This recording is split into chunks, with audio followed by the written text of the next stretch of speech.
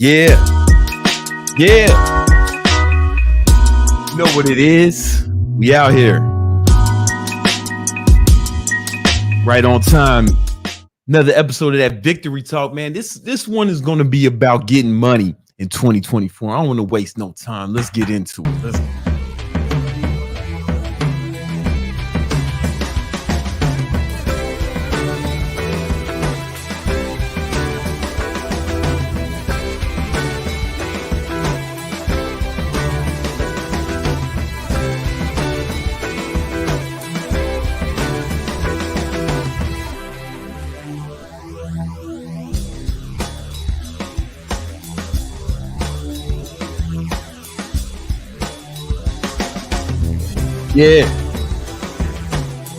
Yeah.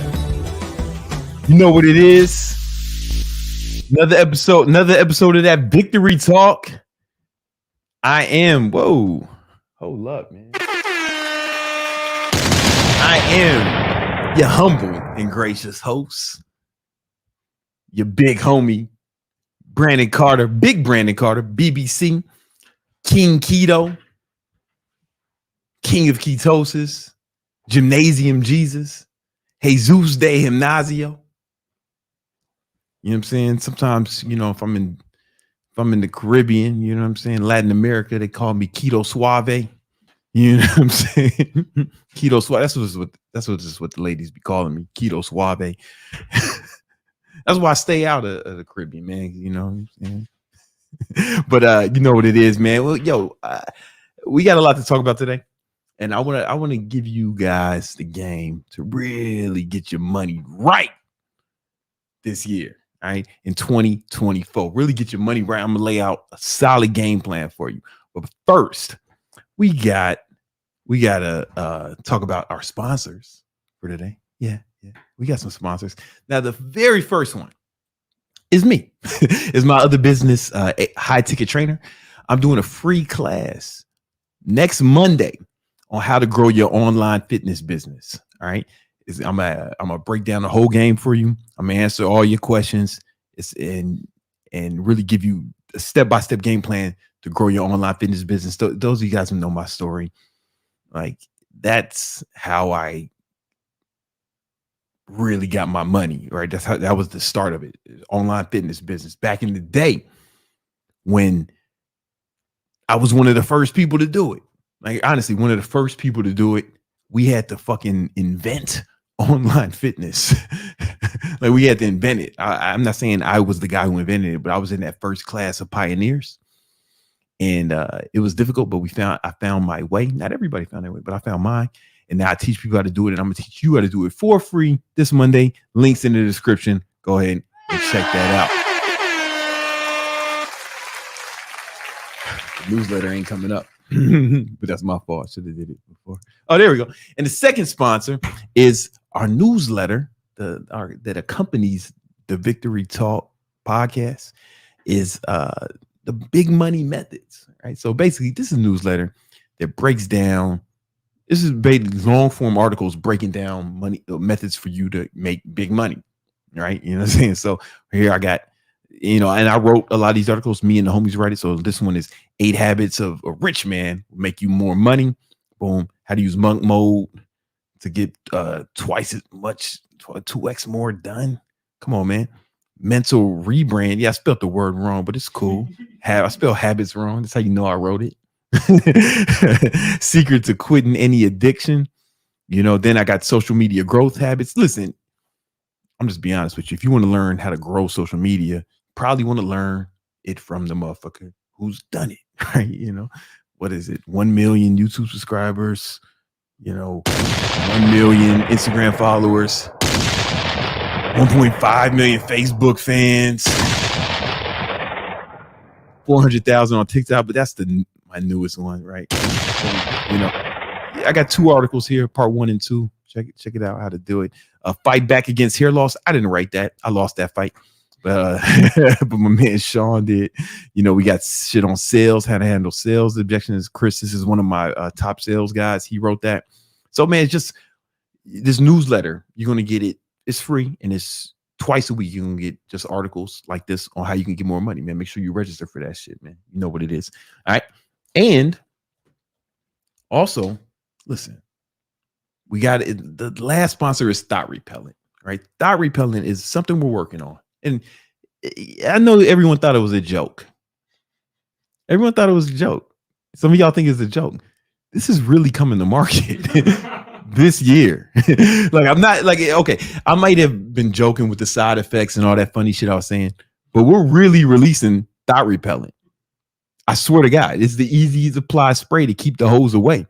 And to make sure it happens, we're crowdfunding the production. So all the super chats go to research and development for Thot Repellent so we can get this out in the market. Yo, Nima, they think we're lying. They think they thought it was a joke this whole time.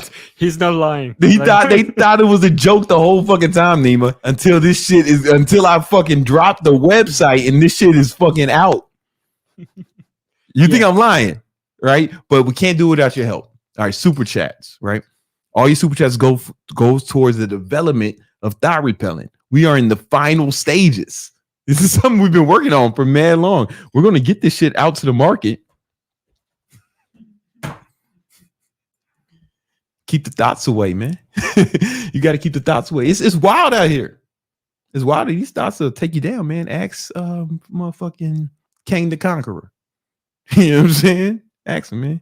He was literally running away from a thought. She was chasing him down the street. And he lost all his endorsement deals because some thought was chasing him. Had he had Thot Repellent, he would have had a force field or a barrier around him. We didn't do it in enough time to save King the Conqueror. But we can save you. All right. We can save you. We didn't do enough time for Tyreek Hill from my Miami Dolphins. Yeah, man, his brother get divorced after 75 days of marriage. He's getting divorced. Now, he's going to have to split up a lot of money, a lot of bread with that chick. And I don't know how much is going to be left because the reason he's getting divorced is this brother had got 3 other chicks pregnant. My man had a busy off season.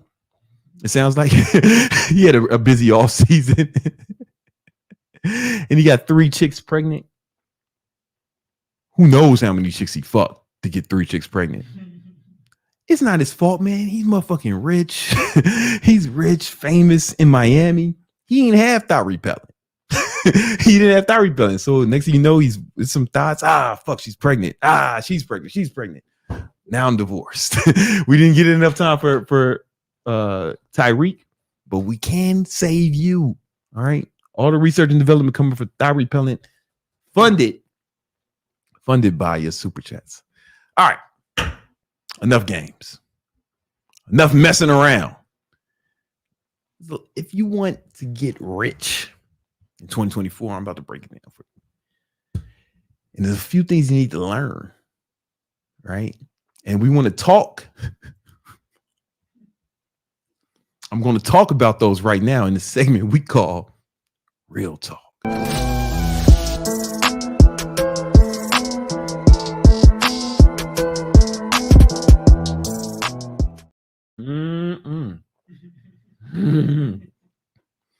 Sorry, man. I had to take a break to drink some of this delicious Celsius, man, so I have enough energy to power through. Not everybody can do this. Goddamn. Do the whole podcast with no guests. Not everybody can do that shit. And I don't think I'd be able to do it without Celsius powering me through. They did not endorse me. I endorsed them. I own a lot of the stock, maybe too much, depending on who you ask. But I think you should buy the stock and drink the delicious product. You know what I'm saying? Buy some of the stock. Be a part owner with us, all right? You know what I'm saying? If you bought some Celsius, go ahead and type in the chat. If you bought some Celsius, either the product or the stock, make your presence known. You know what I'm saying? This can be our business. Motherfucking hostile takeover. When you see the hoes twerking or posing with the Celsius on her ass in the gym, she working for us, man. She working for us. Hold up, man. Let me get my... All right.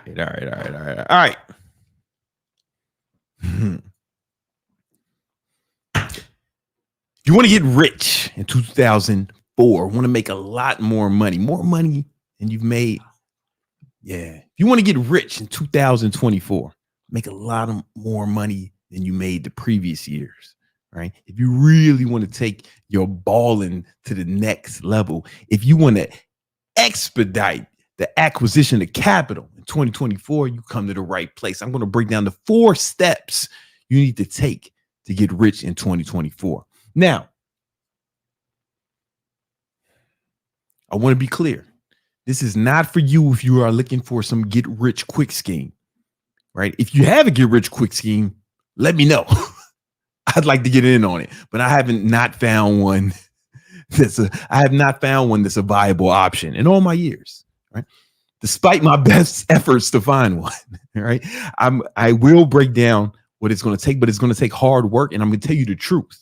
I'm telling you the truth about getting money, right? This is not for you if you're lazy. It's not for you if you're trying to get a get rich quick scheme. And some of you are going to see this shit and you're going to be tempted to type in the fucking comments, I don't want to work that hard. Oh, I don't have time for that. Blah, blah, blah, blah, blah. I'm a fucking bitch. This ain't for you, man. Get the fuck out of here. Why are you watching this video? Why are you watching a video about getting rich, man, if you want to be lazy, right? Go back on motherfucking Pornhub and watch those videos. Those videos are made for your bitch ass, right? Literally. So you can live vicariously through motherfuckers who can really get pussy. Because you can't. Not with that attitude. All right.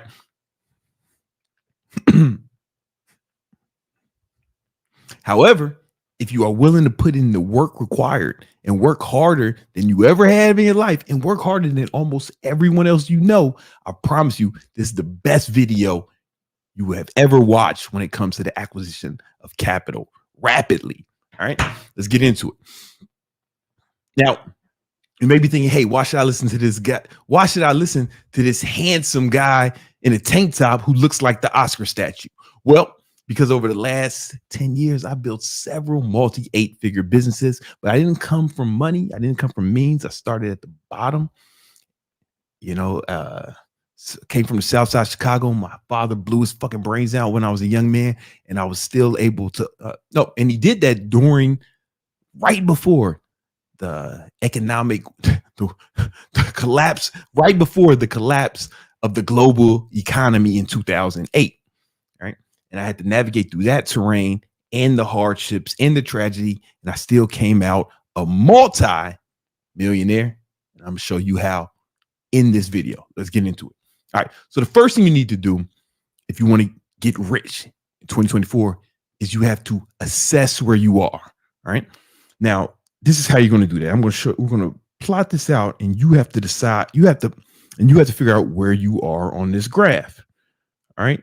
So there's 2 ways to make money. You can make money with your mind, right? Or you can make money with your muscle.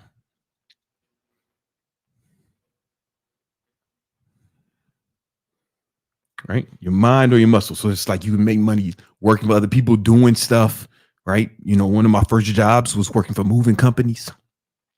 I worked security. I worked, I worked in restaurants, just as, just labor, blue collar labor jobs, right? But as you start to make more money, the most money is made with your mind. This is like Warren Buffett just makes decisions and he makes a ton of money, right? Like Zuckerberg is not coding anymore. He's not like working at the computer. He's making decisions. He's coming up with ideas. He's managing people. He's making more money with his mind, his ideas, All right. But then you also, if you want to make money, I'm going to be honest with you, you need money. Like people ask me, hey man, how do I get rich starting with no money? You don't. You get money first. How do I start a business with no money? You don't, dummy. No one does that, right? So you got to say, if you got no money,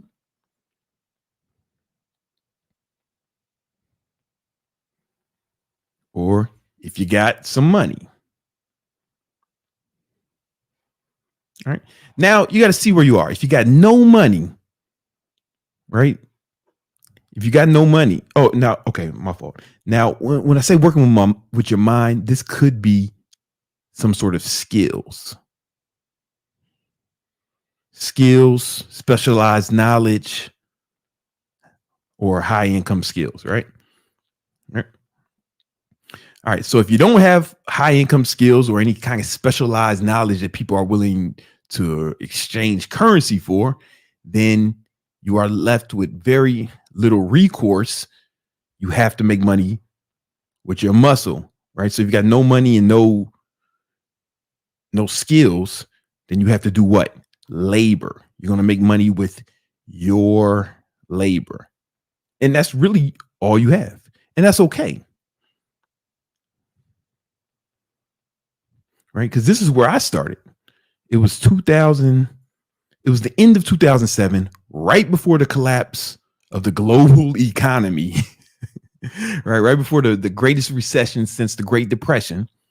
And my father just blew his brains out, and I didn't have no money, and I had to take care of the whole family. So I just, and even though I had a college degree, nobody was hiring. There was record unemployment during that time. There was legitimately people with master's degrees working at Starbucks. You could look that up. We had the highest unemployment rate that we have had since the Great Depression. Right. So, however, I refused to be broke. Right. So I just started working 4 jobs. Right. I started waking up early, training people in the morning. Right. I did have some skills. Right. I started training people in the morning. Right. Because I had been a personal trainer since I was 16. At the time, I was 24. So I had some experience training people, and I would train people in the morning, shower at the gym, then go work security at the Prada store for 8 hours, right? Just labor. And then after that, I will work for my boy's moving company, which is like a full body workout every day. And you got to remember, New York is the most difficult city in America to work for a moving company because there's a lot of buildings that don't have elevators.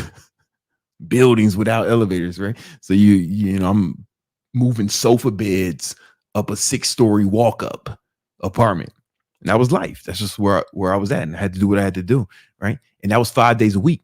And on the weekends, I woke up early, trained people in the morning, and I worked as a weekend manager at a restaurant in Queens, a barbecue restaurant.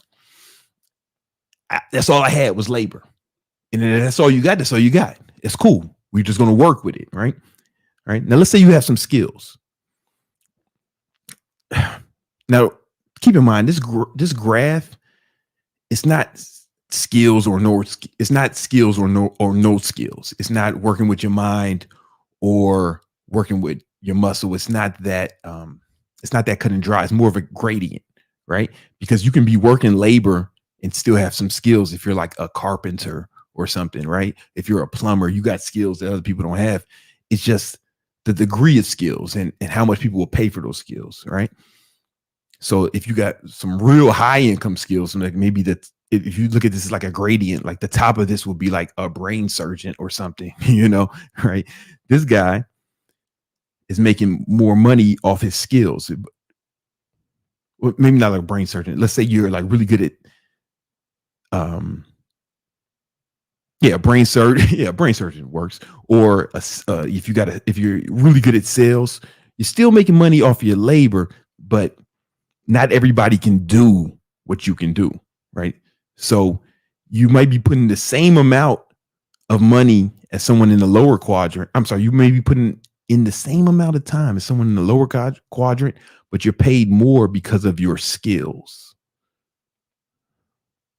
right? You get paid more because of your skills, right? Even though you're maybe working the same amount of hours. And it's a gradient, right? If you don't have any skills like fucking I did back then, you know, the only skill I really had at the time was I was a personal trainer, right? I knew how to train people. So that's not very high up the totem pole of skills, right? Oh, sorry. It's not very high up the totem pole of skills. The brain surgeon is probably a good example of someone who's, you know, he's got skills and gets paid a lot more per hour than a personal trainer, right? You know, a plumber has some skills, right? So he may be somewhere else on the graph, right? You know, so it's a gradient. It's not this cut and dry. Okay. Now, let's say you got some money. But you don't really have a high level of skill. right? You may have some skill, but it's not a super high level. But maybe you're, let's use the plumber example. You're a good plumber, right? You can start your own plumbing company with just the skills you have, right? Or if you're a doctor over here, you can start your own practice, and now you make money because you create a job for yourself. You create a job for yourself. What? Oh.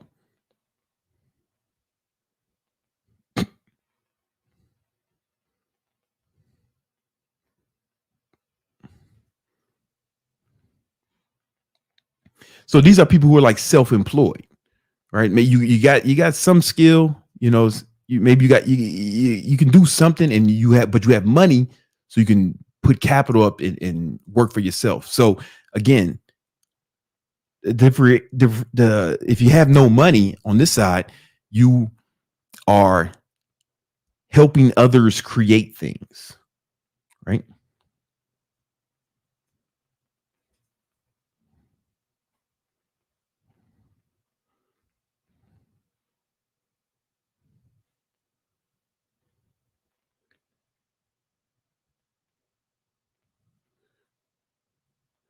Right. So, when I was working for the moving company, working for the restaurant, my boy started a restaurant. I helped him with his creation and building the restaurant. When I was working for my boy's moving company, I was helping him create this company, this building up this company, right? If you are a fucking brain surgeon, you probably work for a hospital and you're helping that hospital create their infrastructure and their business. You're part of that infrastructure. On this side, when you have money, now you can pay people to create for you. No, I'm sorry. You create. Okay, on this side, my fault. On this side, you help others create things. This side, you create things for other people. Like you create things for other people.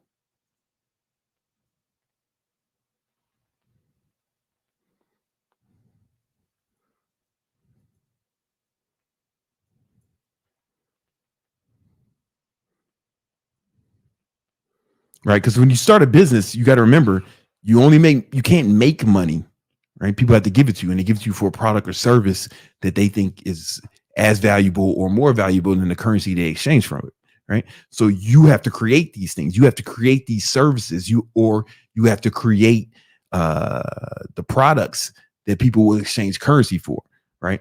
That's what you're doing on this side. On this other side, someone else is doing it, and you're helping them create that. Right. So I think a good way to think about making money is to not necessarily think about making money and think more about what you're putting out in the world, how you're servicing other people, how you're helping other people, because that's the only way you're going to get money, unless, of course, you are a criminal, in which case you are taken. But this is not a crime lesson. So we're not gonna go into that, right? And then here's the thing: let's say you got skills and you got some fucking bread.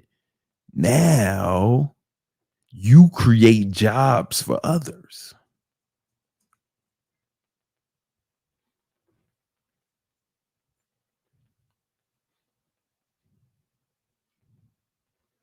Right. So again, when you're self-employed in this bracket, you're creating a job for yourself. This is like you're a barber or some shit, right? This is like a barber. These are people who are self-employed.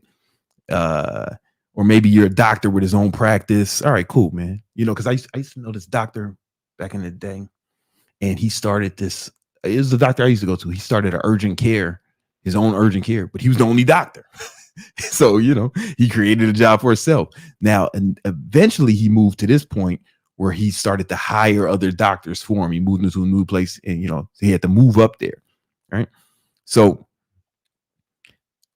the key is the highest level is here. And this is where you're always going to make the most money, right? Where you're creating jobs for other people. And inside of a business, that's creating products or services for other people. You know what I'm saying? All right. And the reason you're getting paid the most is because you're giving the most. You're creating the most. You're creating jobs and you're creating products or service. You're creating jobs for employees. Now they can make money, feed their families, right? And you and your employees are creating a product or service for the consumers. You get what I'm saying? And that's why that's why you get paid the most, right? But it's the most risk and it takes the most skill. It takes skill and money to start a business, right? This is where you want to be, right? Now, to be clear, and another reason it makes more money is because here in each of these other quadrants, you're exchanging time for money, right? Here, it's still time for money here, right? It's just you're getting paid a little bit more for your time because you have a higher degree of skills, right? When I was here, yeah, man, I literally got paid by the hour as a security guard. You know what I'm saying? Time for money, Even here, you create a job for yourself, you're self-employed. This is time for money. Here, though, the employees create money.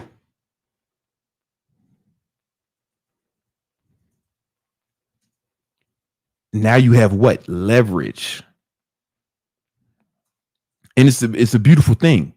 It's a beautiful thing because now you're actually helping the employees, and you and your employees are helping the consumer, right? So it's a beautiful thing, and you have more leverage. You're creating more. You're creating more value in the economy, and you'll be rewarded for it.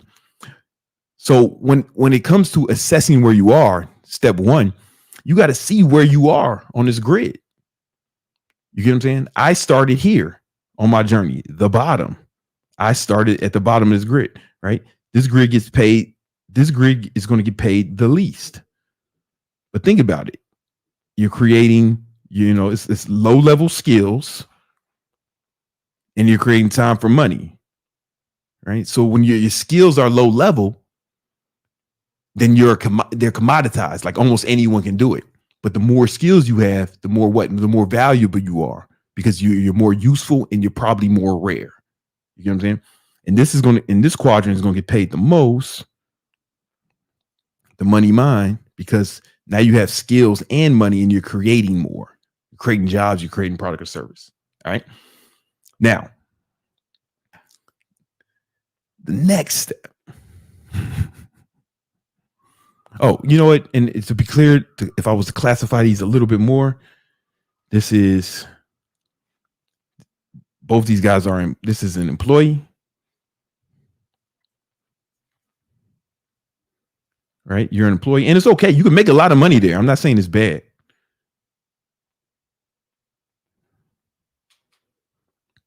Excuse me. This is employee. This guy is self-employed. He works for himself.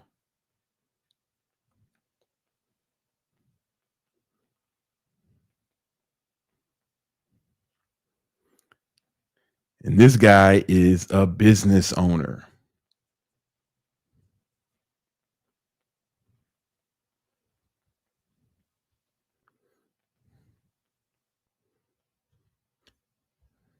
Right? All right. So now you got to find out, your first step is to assess where are you in this graph. All right. And then step number 2 is going to be to plan out your next move. Right. So if you're here, if you're in this bottom left-hand quadrant, then you will either want to move here or you want to move here. Right.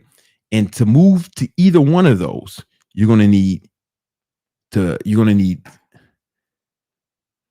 stack money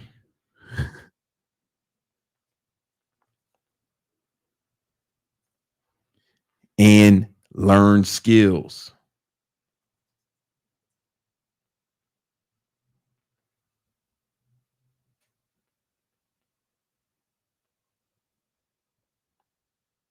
Stack money and learn skills. So again, I told you my story. I was working 4 jobs. The reason I was working so many jobs because I wanted to move into a different quadrant, right? So my goal was to move to this quadrant, right? So I stacked money, right? I stacked money. That's why I was working so many jobs, because I had to take care of my family, take care of myself, but I also needed to stack a financial surplus, right? And I moved over here where I was self-employed as an online trainer, right? That was my first thing. I started online training and I started building that business up, right? Now, alternatively, you can move here, right? You could just move here, right? If you have like skills, for example, let me give you an example. So one of my sales guys, his name is Chris. Chris was just working some fucking job. I don't know what he was doing. And he joined my HET program to learn the skills to become an online trainer, right? And then he moved here. He moved to this side. However, he got so good at online training that he said, you know what, fuck it, I want to be over here. He got so good at sales and he fell in love with the art of sales. He's kind of in both, right? Because he still has his online training business and he's making good money doing it, but he's probably making more here, right? Or like my buddy, white boy Brian, he just moved straight. We was doing labor together, and then he just moved straight up here when he got good at sales, and he's head of my sales team, right? Now you could do the same too. You could just up your skill level and, you know, learn a trade, and you could move. Remember, because this is a gradient, right? You can learn some sort of trade that pays more money. You can learn a skill. You can learn sales. You can learn plumbing. You can learn fucking roofing. I don't know what roofing is. I never lived in a house with a roof. I've only lived in apartments my whole life, apartments and condos. But you can learn roofing. You can start roofing shit, man. I think roofers get paid a lot of money roofing. And whatever it is, whatever skill, it will make you more money. You know what I'm saying? For example, Nima, what were you doing before you started doing video shit? So I was doing my own YouTube channel. Mm-hmm. You're talking about before. Did you have a job? Yeah, before you started the video shit. Yeah. I was a researcher. I am a researcher. Okay. At the university. Okay, so he's a researcher at university, which is fine. It's cool. But then, you know, then he started, you know, he does a lot more things. He's kind of in both quadrants, right? Over here. He's kind of he's flirting with all the quadrants actually right now. But the first thing he did was start, you know, learning YouTube. Learning videos, and you know, then he moved here. Or you know what? He gets paid a lot to run the videos here, edit the videos. Or Harry was working some fucking job. Harry works for me. He's one of the other video editors. He works for me. He just got really good at editing videos, and I hired him, and he moved up here, and now he's making more money. You know what I'm saying? He's just making more money over here. However, if you're here, if you're in this quadrant, right, and you want to take the next level, right, again, you can, if you fucking stack money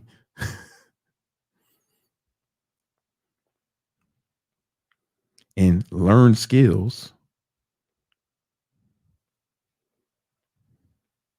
you can move to one of the other quadrants. Wherever you want to go, right? So Harry, he started his own video company because he's still working for me, but he started his own video production company. Boom, where he's working. And then he started. He still works for me as an employee, but then he has his own company on the side where he does like freelance video shit for people in London. You know, so he's like working with motherfucking Voldemort, Harry Potter, you know. Mary Poppins and Posh Spice, right? Those are only British people I know. He's doing video shit for them, presumably, right? I ain't never cared about British shit. All right, and right, but that enabled him to move to another quadrant, right? And now he's in what he's doing now is him and Nima are both doing this. They're hiring other people to work for them and they can move over here. Right? You get what I'm saying? So money and skill, but it took money and skills to do that. Right? Because Harry had to, I don't know what to do video shit. He had to buy video shit, right? Cameras, video shit. He had money to have video shit for the team, right? And he's able to move over here, right? Now, if you are over here, right? Again, it's kind of the same. The only place to go from here is here. That's the only place you want to go. All right. And guess what you need? Yeah, you got to stack money and learn skills.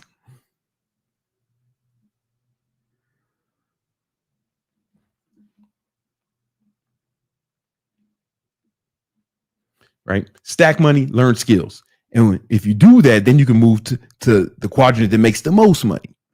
Right? Where you're not getting paid for your time, you're getting paid for your employees' time and what they produce. So for example, I told you my friend who's a doctor, right? He had his own he started as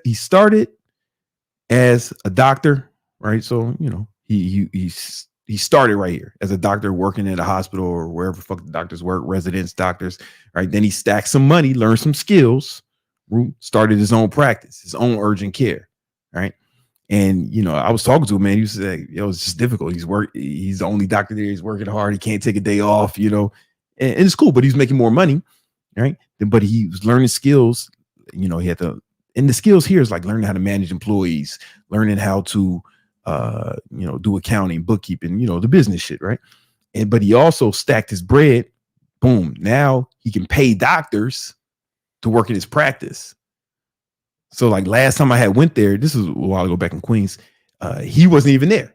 Another doctor saw me. I was like, oh, he finally figured it out. And he ended up here. Now he's making more money.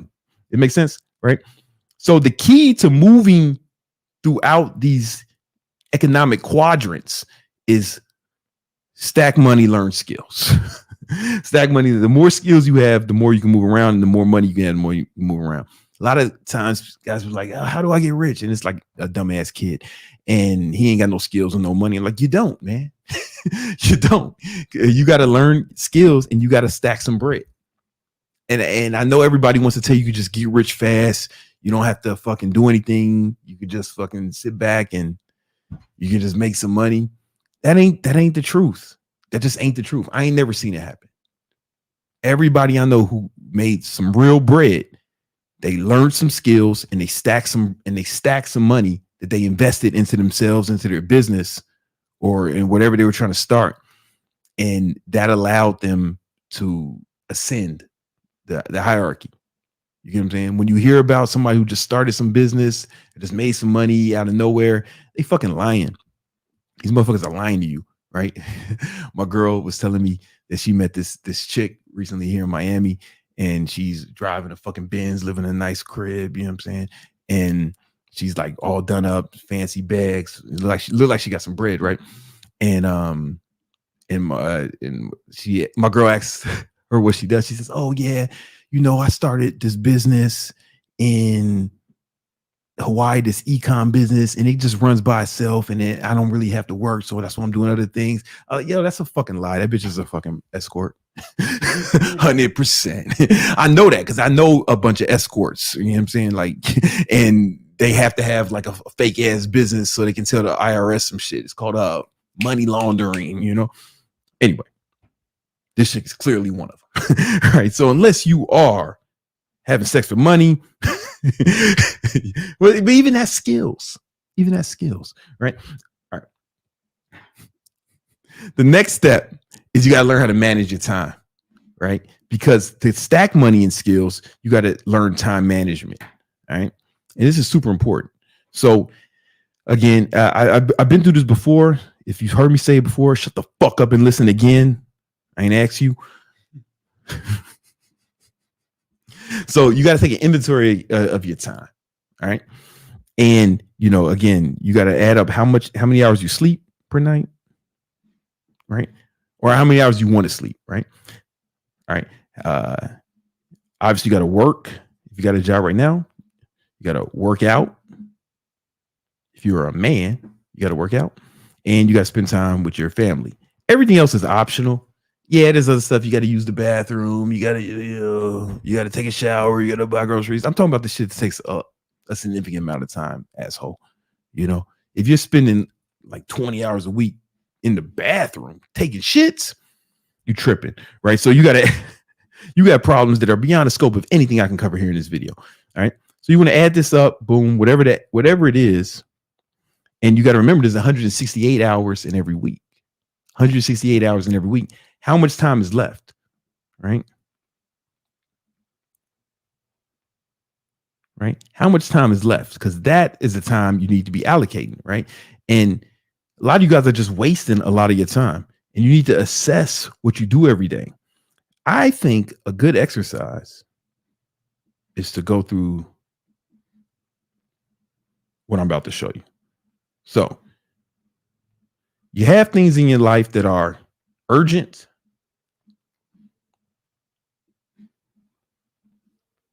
right? Then you have things that are not urgent.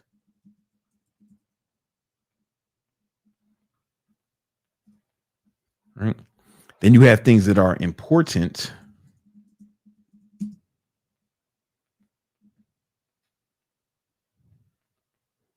Then you have things that are not important.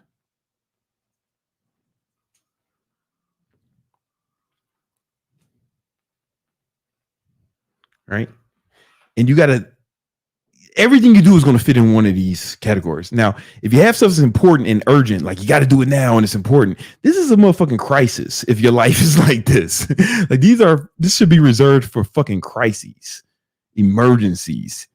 And if you're going through this shit a lot, then your life is chaotic, right? Your life is chaotic, right? Stuff that's important, but not urgent. Important. So stuff that's not important, but it's urgent. This is what we call interruptions. Oh.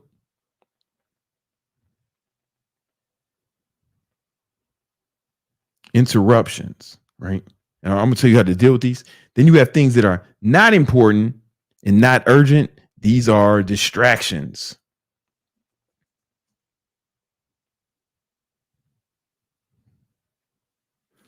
Hey, let me give you spoiler alert. Most of you guys are fucking wasting your time here in this category. All right. Then now the things that are important but not urgent, these are your fucking goals. Right? They're important but not urgent. Right? And the problem is the reason you don't accomplish your goals is because you're letting these other things crowd out your time, and because it's not urgent, right? You're going to try to get around to it or make time. But what you need to do is you need to schedule and plan this stuff.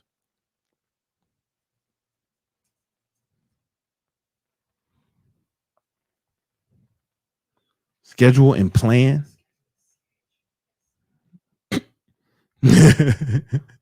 Sorry, that's my dyslexia.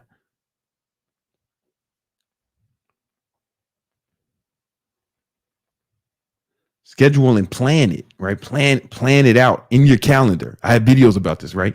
Crisis, right? If one comes up, you got to handle it, but you also need to be preventing this stuff. Right? Okay. Handle and prevent. Like you don't want this shit happening, right? Because nobody wants to deal with a crisis. Interruptions, you have to fucking delegate and eliminate.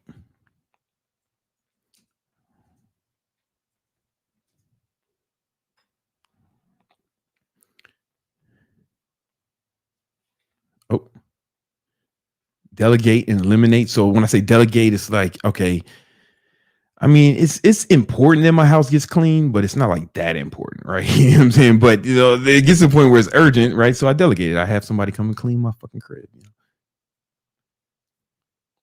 But as far as getting interrupted by it, what? Oh, guys, I have dyslexia, so legit, I was diagnosed with it. So sometimes I write words in reverse. Don't worry about it. All right. And eliminate. Boom. And distractions, you have to just straight up eliminate. If you want to get rich. And these is going to be like all vices, bullshit. Oh.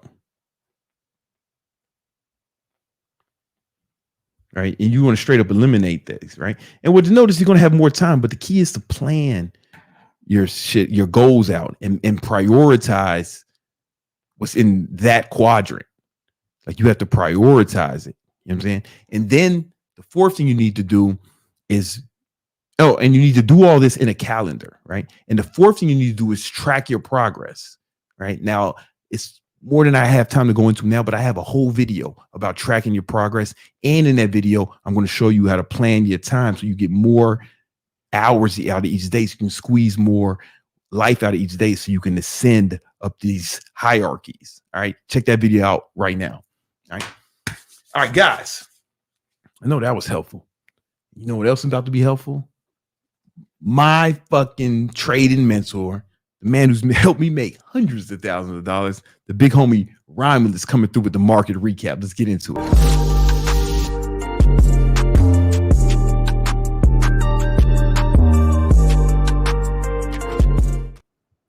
Romulus, what up, man? Good evening, Brandon, and everybody in the Victory Unit coming to us live. Mm-hmm. We're coming to you live. So isn't that a good That's trade? a fact. Isn't that a good trade? Yep. Mm-hmm, So yeah, I'll tell you something for sure, Brandon. There's no question about this, that becoming great at trading and investing is absolutely paramount, that you have your scheduling and your routine down. That's absolutely paramount. You've got to be dialed into this, tight as a drum. I remember, years ago, I started my career in Wall Street, 67 Wall in New York City. And then I worked with some characters. I worked with some wild people. But there was this one lady, she'd always go out. She smoked a lot, okay? Like 2 packs of cigarettes a day. I mean, I don't know, maybe more than that. But it seemed to me, at least, every, 15, 20 minutes, she's cutting out of the office to go smoke this cigarette. And it just, there was more focus on her cigarette routine than her trading and investing routine. Yeah. It'd be like that sometimes. Way off focus, way out of line here with what you're trying to get done. Okay? So get everything aligned. We talked about this a lot, where you don't want to be hypocritical to yourself. I don't care if you're a hypocrite to somebody else, but sure as hell don't do it to yourself. If you say you're going to do something, then get lined up and follow that. So yeah, what a day, what a week. I've been, reading the reports. I know you've been dialed into this. Oh man, I'm dialed in. This is the busiest week of news and announcements and events going on, at least in terms of Wall Street stocks, trading, investing, that we've had so far in 2024. So far in a while as well. I don't remember the last time actually where we've had all this going on in the same exact week. And we're going to get into all that in just a second. Before I kick it off, though, Brandon, because I'm going to show the screen. Yeah. That always takes a second to kind of load, but let's do that here. And we go. All right. Give it a second. Everybody who is within earshot of this podcast, pay attention, because tomorrow, that's Wednesday. We're doing it live. Yeah. 4:15 Eastern. We have another live event. Brandon watches. He's not going to be attending this when he watches because he's got his other podcast coming on Thursday that he's prepping for. But myself and another partner of myself and Brandon, Greg, Legatus Greg, we're going to be holding a live Traders Town Hall in the Victory Unit Discord. Join. Links in the description. Yeah, you can go ahead and click that, get in there. And there's always a lot of great conversations going on that you were able to access with regard to trading and investing, anything to do with money, mindset, muscle, all that. It's all right there. But tomorrow we're going to be focusing on trading and investing. There's a couple of things that I want to bring out to everybody. And then a couple of days ago, Brandon, we remember we had that webinar. We hosted that webinar with everybody. Well, boy, we really brought it to that one. We did. Brought it to that one. It was fun. Greg came over with Greg did an amazing presentation. Greg did an amazing presentation. I thought that you really did fantastic, bringing your real life stories to everybody out there. Thank you. But we had a special opportunity that we talked about last week, and I'm going to be discussing that a little bit again tomorrow in the Traders Town Hall. So 4:15 Eastern, that's live in the Victory Unit Discord. Come on, let's go. Make sure you check All that right, out. so speaking of making sure, I want to make sure that you see the screen up Yeah. here. I see the dial. That means that everybody else is going to be paying attention to that as well. That is fantastic. So we have a couple of things happening here. First of all, there's a small company out of Washington State called Microsoft that I had heard of earnings it. that came out today. Another small company a little farther south on the coastline. Google had their earnings today. Yeah. And there was another one. Oh, AMD. AMD had earnings today. These are all stocks that a lot of folks are out there trying to trade and make fortunes on the backs of. And then tomorrow, we've got the Federal Reserve announcing an interest rate possible move one way or another or not. Well, they'll be making some kind of announcement either way. And then Thursday, earnings are coming from Meta and from Amazon. So, like I said, and Apple. Whoops, forgot about that one. Can't forget about Apple. Forgot about that Apple. So, I think, Brandon, let's check this one out real quick together. Yeah. Why don't we do this together? Okay. This will be a fun little adventure that we go on. I'm not talking about Trump. That's not the adventure I was discussing. Here we go. I believe it's possible that Microsoft might be bigger than Apple right now in terms of total valuation. Okay. So 2.907 trillion. Remember that? Yeah. Let's keep that in the back of your mind for a moment, please. 2.907. Yep, Microsoft is bigger. Okay. Now, over the decades, these two, especially since the about 15 years ago, these two have swapped in terms of who's bigger, who's smaller. But it's pretty much been them too. Okay. Pretty much been these two companies. So as we look at the counter, again, Apple, Meta, Amazon coming out, and then Federal Reserve. There's a big meeting tomorrow. Let's get all up in this grill, shall we? All right. Let's look at the earnings first. AMD. By the way, what you're not seeing because it's late at night is what's been going on in these stocks after 4 p.m. Eastern, post-market action, after the news was released. There was trading that went on. It doesn't look the same as what you see on the screen in front of you. Yeah. This stock looks different. This stock looks different. And this one looks different. Yeah. There's a common theme, though, with how they look different than they did at 4 o'clock today. Yeah. It's interesting because most of them look like they beat earnings. Like AMD beat it. Yeah. They did. They all beat their earnings estimates. Yeah. They all grew by various amounts, but they all grew pretty significantly for large companies, which is always impressive. The stocks are all down. Yeah, it's so interesting how that happens sometimes, And we're going to talk about why in a minute. Every stock, Google's down, Microsoft is down, AMD is down, and the market is down as well because these companies are so big. I mean, Google and Microsoft alone, when you combine those two, they make up 10% of the S&P 500 alone, just those two companies. Yeah. And you brought up a great point, Brandon. It's interesting that these companies, these huge companies, companies that everybody's been so in love with for the past 12 months, really since, about 2023, January of 23, is when kind of this thing got going. And they've really been fascinated. They've been buying these stocks. They've been going up. I mean, you could see Google's up. You see Microsoft is up. AMD all-time highs up. The stocks are up. Yeah. So why are they down now? What's going on? They're too much, too fast, perhaps too furious. Yeah. Okay. Expectations. What happens when a stock goes higher is that each dollar it goes up. So Microsoft goes from, a couple of months ago, let's say down here, it's trading at 313. Now it's at 408.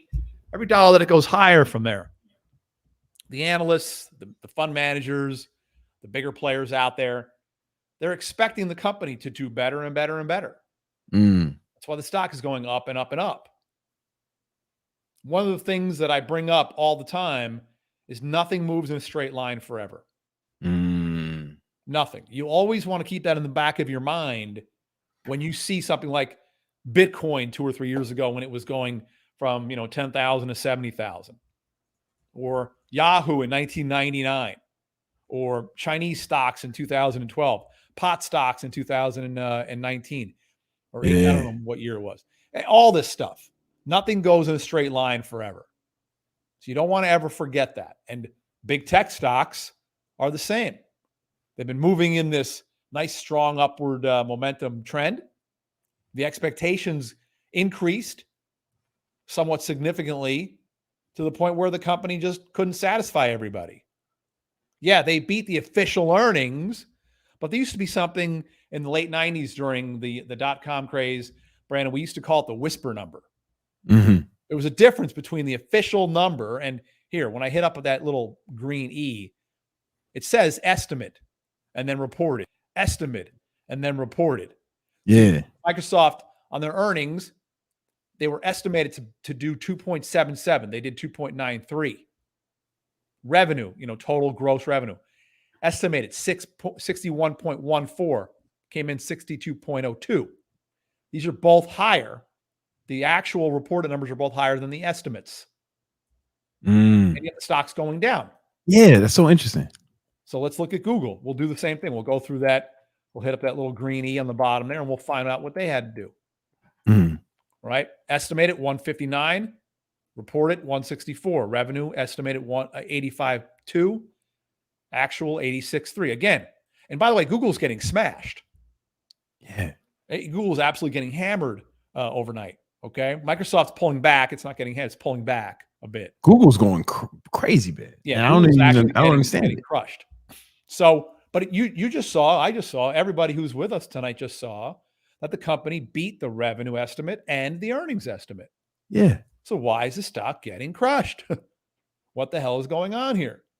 Because again, they weren't able to beat that whisper number. There were traders out there that were looking for, instead of $1.60, $1.59, maybe they were looking for $1.79 or $1, something much higher than 164. Much higher. So they couldn't beat the highest expectation.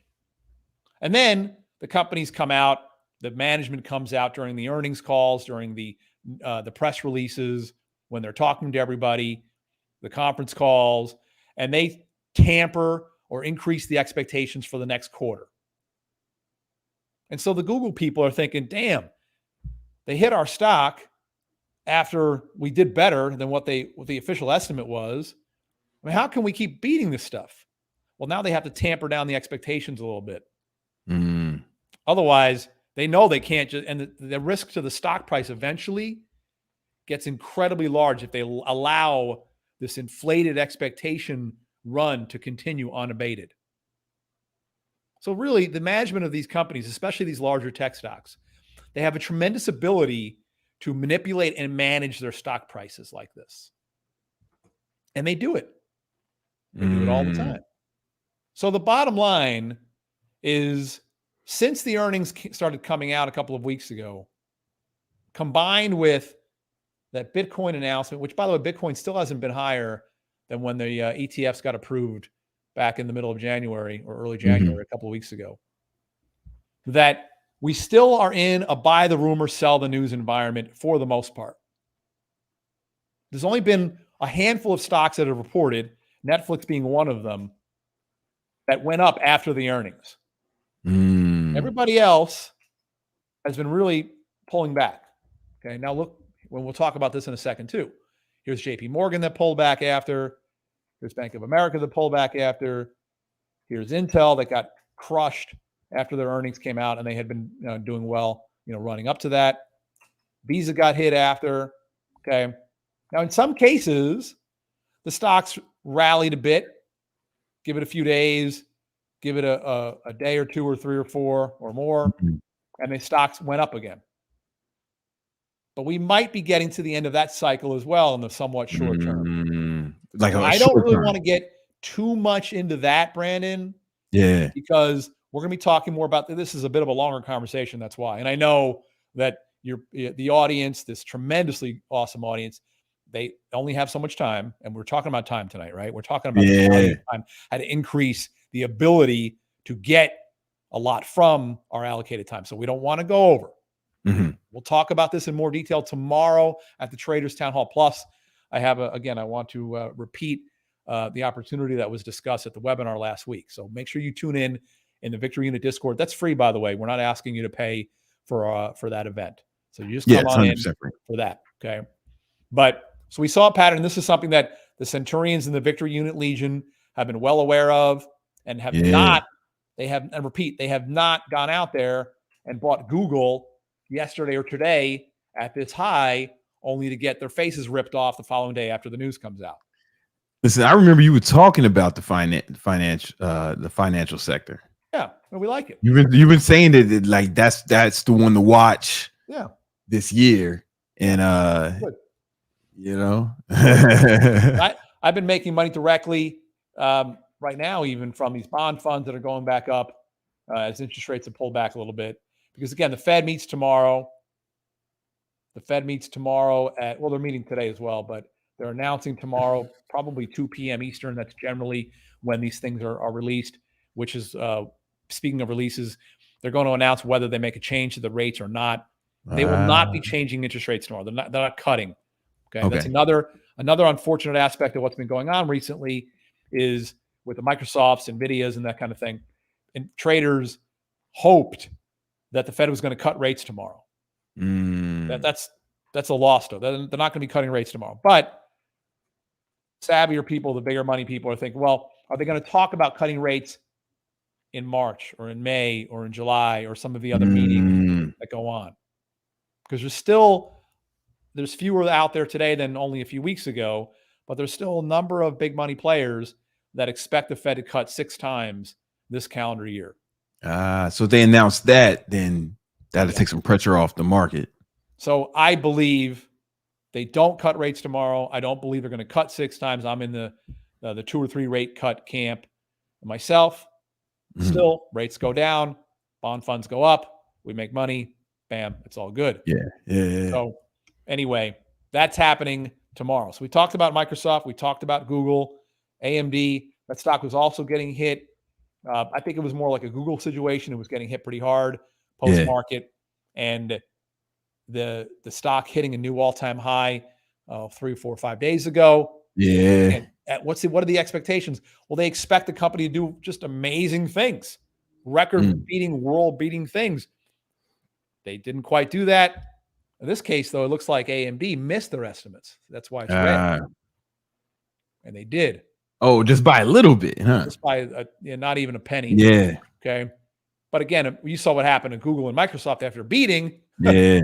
You wonder with AMD missing just a little bit and kind of going flat on the revenue number, it's something that could be a bit of a damaging situation tomorrow.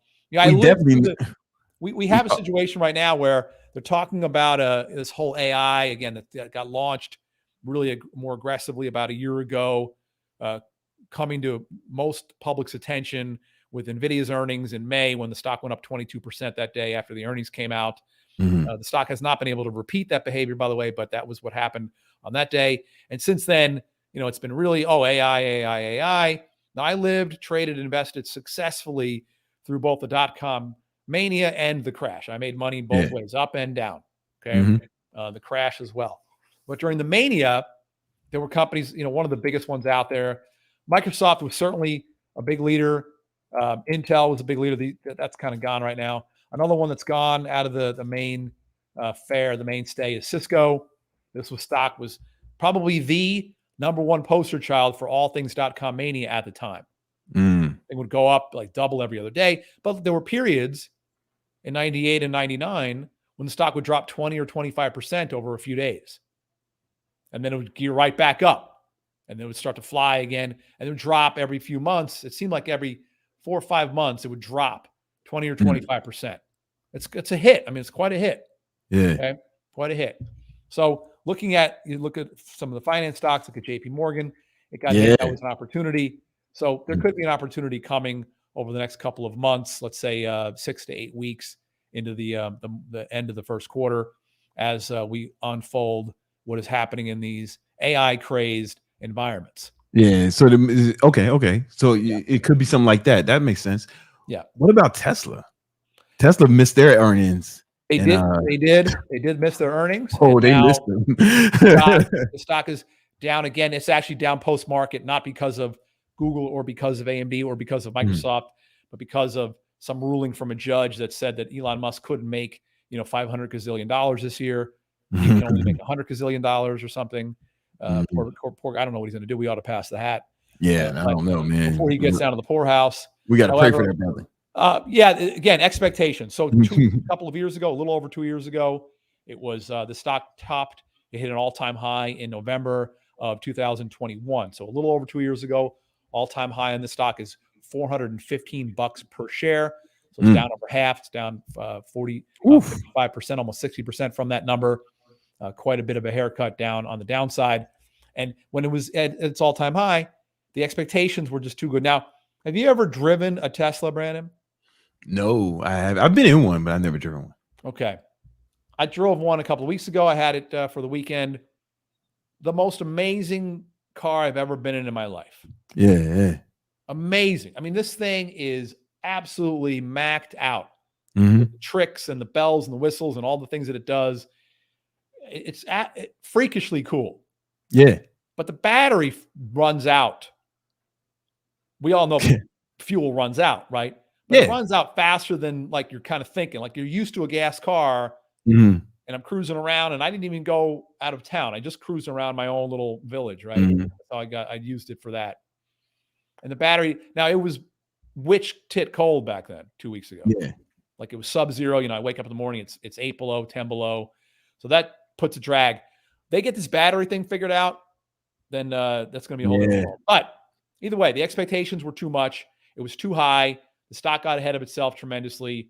A lot of companies out there moving into the space, selling electric cars.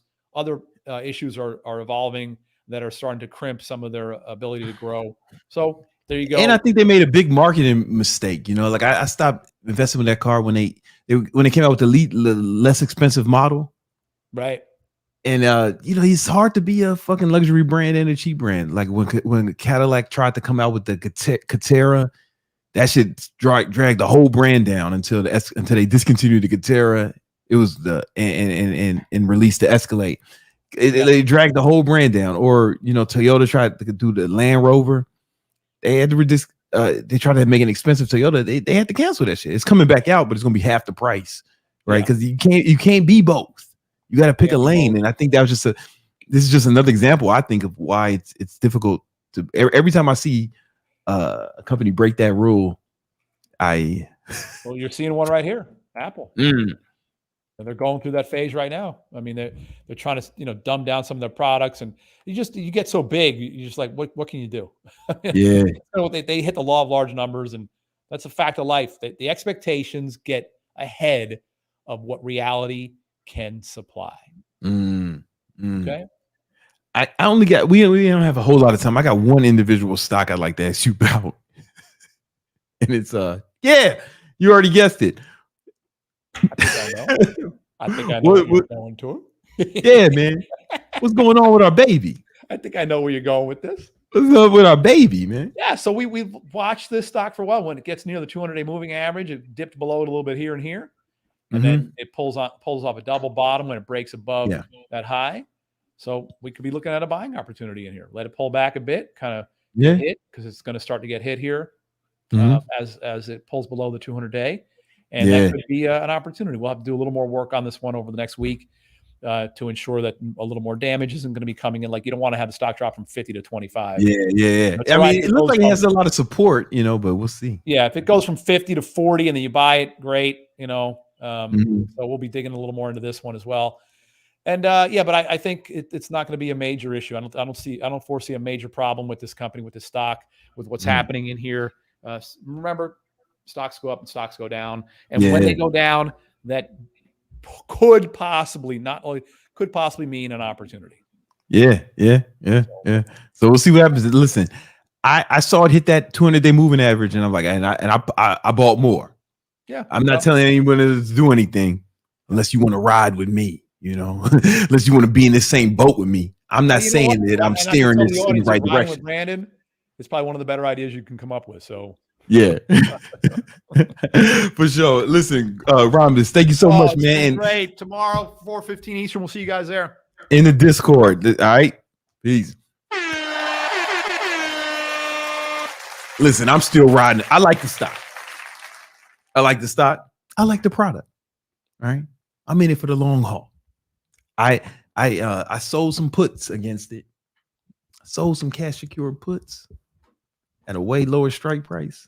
So we'll see if I get assigned. Hey, I got more Celsius stock. If I don't, bam, I get my bread back and I keep the premium. So win-win. I can't lose either way.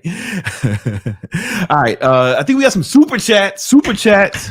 Yes, we do. Okay. Let's just put this up. Again, all your super chats go through research and development. Thot repellent, which is really coming to market. We're really doing this year. Y'all thought it was a lie. You thought it was a joke. But the fucking heroes have donated so much that it's actually happening. It's happening. Okay.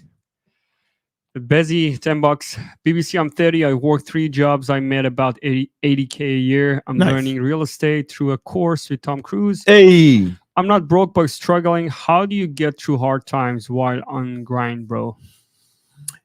Well, first of all, El Breezy, shout out to you, man. That's what I'm talking about. So it's like one of the things that makes me the happiest is when I meet people in the streets or guys tell me that because of you, I started working 2-3 jobs. You know, just work. Well, that's what I did. And it was way worse economic times than it is now, right? Let me tell you something about the difference. In 2008, we had record unemployment. Right now, unemployment is the lowest it's been in the last 50 years. The stock market's at an all-time high. The economy is fucking killing this shit. You know what I'm saying? It's like, it's really, despite what you hear in the media, statistically, shit is better than it's been in a long time. Like, we're going to look back at this time and be like, damn, shit was good. You know? Same way we look back at the Clinton administration during that time, and it's not a political thing, just during that time, fucking economic boom times, right? It's indisputable. Once you get out of the frame, you can see the picture. It was hard to see the picture in your frame. This is one of the greatest time now. And if you fucking poor now, you fucking up. So my man's making 80K a year. Fantastic. Working 3 jobs, you know. Now, because you have to work so much for 80K, that means you got to get your skill up. So you're doing the right thing, right? You're learning some more things. You're working on skills so you can move up the hierarchy we talked about earlier. Now, getting through the tough times, man, it's just like, you know what it is? So I was going through tough times. The whole world was going through tough times when I was on my grind like this, like I said before. Also, I was dealing with my father's suicide. And it's weird, man. Work. Like, work can get you through it, right? Just focus on work. Like, because if you can only really think about one thing at a time, right? There's no such thing as multitasking. Even computers don't multitask, right? They're just quickly going back and forth between tasks. Excuse me. Your brain is like that too. But the more you occupy your time, the less time you have to worry about the bad times, right? And then plus you have like your basic needs covered at 80K a year, right? Like, so you're not worried about food, shelter, water. You know what I'm saying? You can pay the fucking bills, you know, as long as you don't get yourself in no trouble. So everything's good. You got to focus on the good and focus on working. So when you do focus, make sure you're thinking about the good things in your life. There's always good things in every situation. You know, I've been in fucking jail. I've never been convicted of a crime, but I've been arrested a lot. I've never been convicted of a crime. And but I've been in jail fucking laughing, cracking jokes, just focusing on the good, man. I've been in bad situations. You know, you focus on the good. Whatever you focus on. And the beauty of the bad times is they make you appreciate the good times better.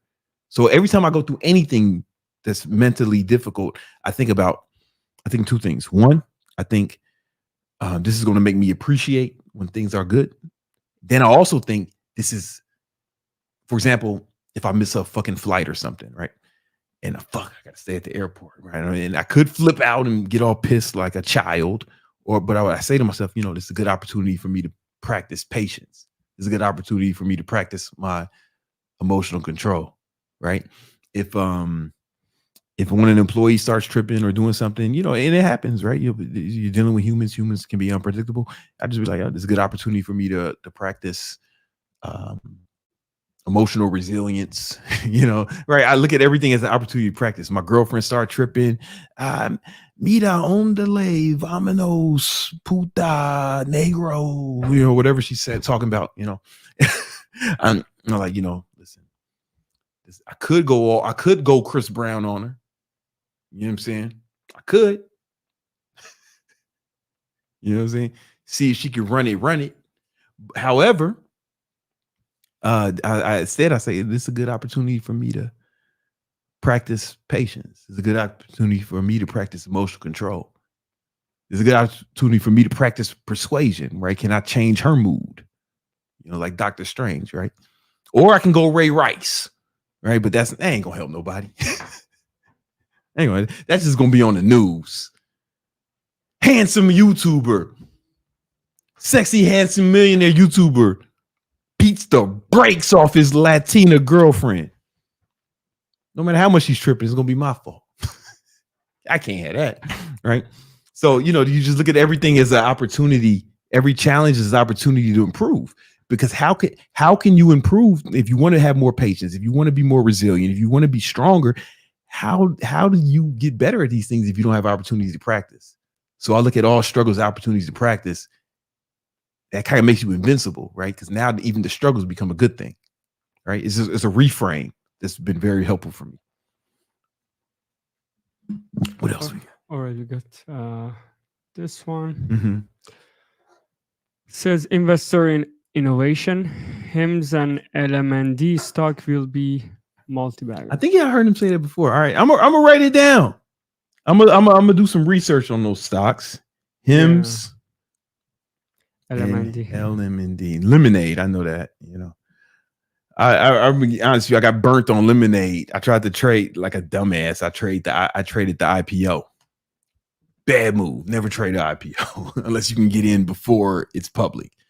Got this one. Bremen. What's up, Brandon? What do you think about collaborating with the Saint and Sinner? He's an app developer. Oh, yo, you know what, man? It's funny. I talked to him once on Instagram, and we were supposed to link up, and something happened. I think I was dealing with something, and I think I might have dropped the ball on that. But if you talk to him, let him know that it was incompetence, not disrespect. You know, we were supposed to link up and do something together. But I love to. Seems like a smart brother, and I like his work. But I think I'm pretty sure I dropped the ball as usual. But it was incompetence, not disrespect. I hope he didn't take it that way. We got Diamond Hand Degenerate. Yo, big, beautiful brown. Brandon Carter. It's not gay if it's true. He's just objective. It's just getting better. Yeah. Just tried Peach Celsius for the first time. It's legit. They're all legit. They're all legit. I've been partial to this fantasy vibe. I know it sounds kind of right, but and even it's Mandarin and marshmallow, but yo, this shit slaps, man. Fuck what you heard. Okay, he's back. He says, BBC, I love the victory talk and don't know if you know Stephen Cole on YouTube, but I think he will be a dope guest on the show. I know Steph really well. In fact, you know, one of the guys who runs the back end of his business, Pulse, was one of my interns back in the day. He used to work for me, the homie Miguel, and he runs the back end of his business. So I know Steph super well. When I was living in New York, hung out with him and the homies, him, Fit, Austin Dunham, like that whole crew. Austin was here like 2 weeks ago, and me and him went to the shooting range and kicked it. You know, I'm cool with all those guys, all those fellas. And the last one for now, we got Tony Zappian says Big Bro could be out there spending racks and womanizing with daddies, but he's giving us valuable knowledge. This is all true, man. I'm glad my sacrifices are being recognized. I wasn't gonna say it, but I think it every time I'm on camera. Get that man. All right, you know what I'm saying? Damn, we got through all the super chats that are left. If you remember, if you want to leave more, this guy, we want to leave more super chats. Remember, all the super chats goes for research and develop a thought repellent. This is really coming to market.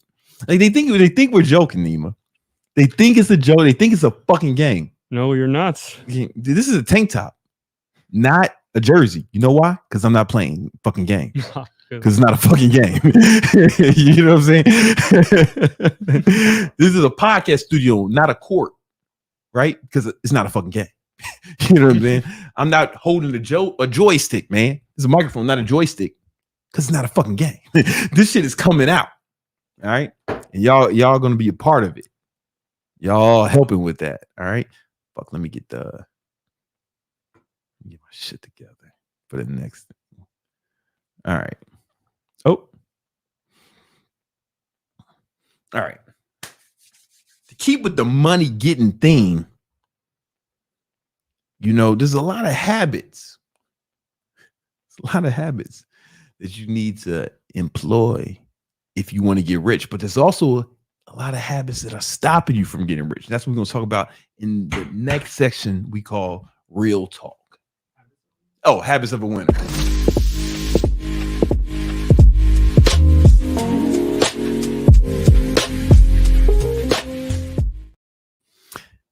Everybody wants to make more money. Everybody wants to get rich. However, the average person has some habits that are preventing them from really expediting their balling and acquiring the financial abundance that they desire. In this video, I'm going to go through the 7. Is it 7? In this video, I'm going to go through the 7 habits that are keeping you fucking broke and stopping you from acquiring the affluence and abundance that you deserve, right? However, if you keep up these bad habits, you don't deserve it. In fact, you deserve poverty. You deserve failure. And we're going to show you how to break those in this video. If you just stumbled upon this video and you don't know who I am, you may be thinking, hey, why should I listen to this? Why should I listen to why should I listen to the Rock stunt double? Hey, when he's trying to teach me about financial advice. Well,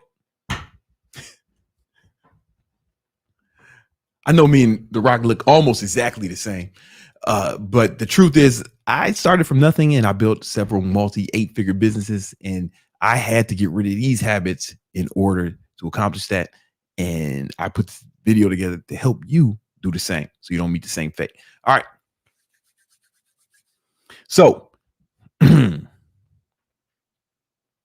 hold on.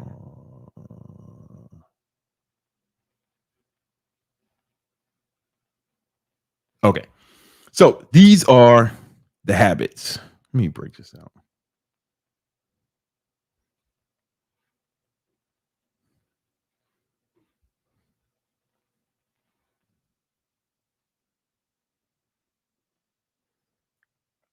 All right. Break it down like this. All right. Habit number 1 that's keeping you fucking poor is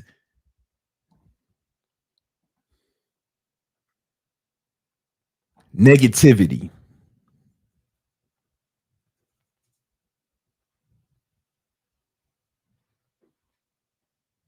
Negativity, right?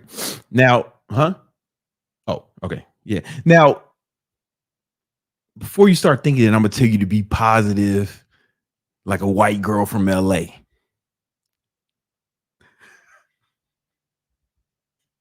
You know, those fucking hippie chicks fucking wearing hemp jewelry, got kale chips in her purse and shit. Bitch collect rocks and crystals. She got a little mini gravel pit on her dresser drawer and shit. You know what I'm saying? I'm not trying to sound like one of those people. What I'm saying is negativity is keeping you from accomplishing your goals because people don't see what they believe. People don't believe what they see. They see what they believe. For example, so there's a part of your brain called the reticular activating system. And this is a part of your brain that's located at the bottom of your brain cell, which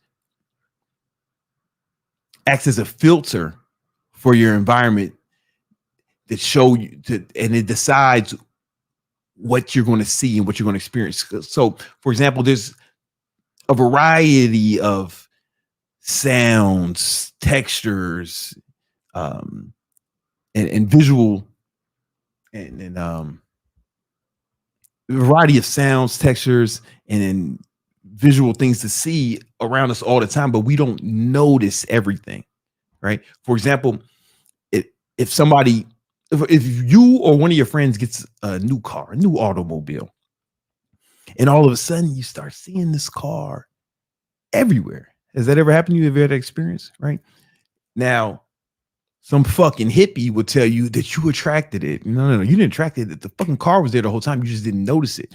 But once that car was brought into your awareness, your reticular activation systems started to pick up on it. That car was there all the time. You just never noticed it until you or one of your friends got the car. It's like that with everything.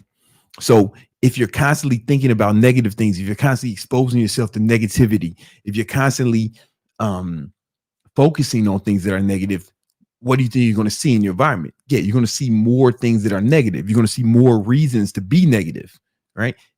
Especially as they pertain to your financial condition or your ability to acquire capital in the future, right? And social media exacerbates this problem because the algorithm will show you things based off what you interact with. So if you see negativity online and you interact with it, you like it, or you comment, yeah, women are the worst, or whatever it is, the algorithm is going to see that, be like, oh, this motherfucker like shit like this. Let's show him some more of that. Let's show him some more of that shit, and that's going to exacerbate it. So now every time you go on these social media platforms, all you're going to see is that stuff, right? For example, I'm really into watches. I bought a lot of watches. My watch collection is more than your net worth. The one on my wrist, it's more money than you're going to make all year, right? And so when I go on Instagram, let's look at the Explorer page. How do I get to that shit?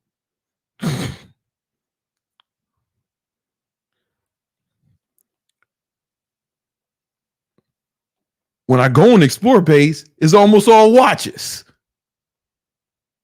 Drake, a fighter, some fighters. It's Drake, watches, and some fighters. But it's all watches, right? That's because I've been interacting with that shit. Right? I programmed the algorithm to show me more of that. Your brain is the exact same way. You can program your brain to show you things. So if you're exposing yourself to negativity, if you're being negative, you're around negative people, your brain will act like the fucking Instagram Explorer page and only show you things that you are interacting with. The same thing. So what you want to do is you want to program your mind.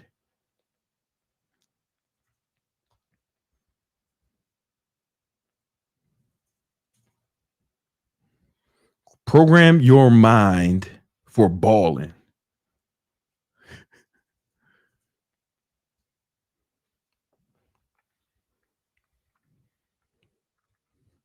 For balling, right? How do you do that? Well, first thing is no negativity. Don't focus on it, right? I know there's a war going on somewhere in the world and shit. Ain't nothing I can do about that, man. So it's like I only focus on the things that I can control. Right. I feel sorry for it. My heart goes out to the people in the wars. Right. But ain't nothing I can do about this shit. Nothing. Right. So I focus on what I can control. Right. I can't change the whole world, but I can change my world. So I only focus on programming my mind for balling. I can change my world. I can improve the lives of the people around me and the people in my vicinity. Right. So no negativity. I mean, I take this to an extreme. So I watch all my language in the language of people around me. So instead of saying, I'm thirsty, I say, yo, I need to get something to drink. Right. Instead of saying I'm sleepy, I say, yo, I need more energy. Right. And never say I'm broke, I ain't got the money. Instead, I say, yo, I need to get more money. I need to find a way to get more money. All of those examples, I'm saying the same thing, but I'm saying the positive version of it instead of the negative. Right? Because if I say I'm sleepy, if I say I'm hungry, if I'm saying I'm tired, my brain's going to focus on it and give me more, and it's going to show me, just like the Instagram algorithm, just like the Explore page, is going to give me more reasons to feel that way.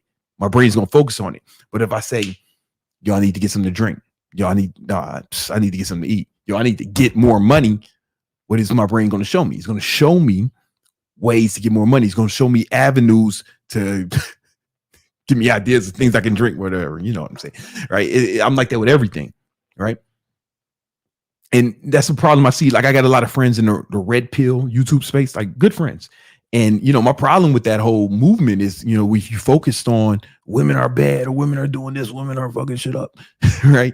Then that's all you're going to see. You're going to see more reasons to believe that, right? But if I believe that, yo, man, I'm that man, I'm that dude, and the women in my life are going to treat me with respect and treat me well, I'm gonna see more reasons to believe that, right? And I'm gonna have and that's why I have positive experience with women like my whole life, you know. And I'm also rich, handsome, and successful, right? But that aside, right? Focus, program your mind for balling.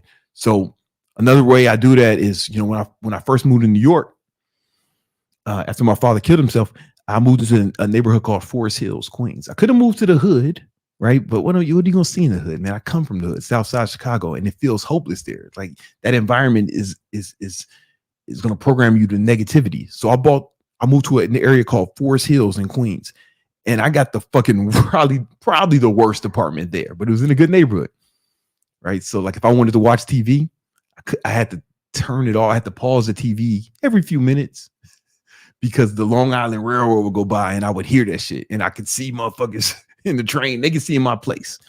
But the beauty of that was I was in an environment of affluence, of abundance. So I across those tracks were fucking multi-million-dollar mansions, and I would walk through there, and I would ride my bike through there, and I would start to be inspired, but like, oh man, this is real. I can really see this shit. You know what I'm saying? And now work out in the gym over there. It was New York Sports Club. New York Sports Club costs the same no matter where it is in New York. Fucking cheap ass, awful gym. But that one was in a good neighborhood. And I see fucking people pulling up the motherfucking Benz. Motherfucker pulled up to the fucking New York Sports Club with the fucking Maybach.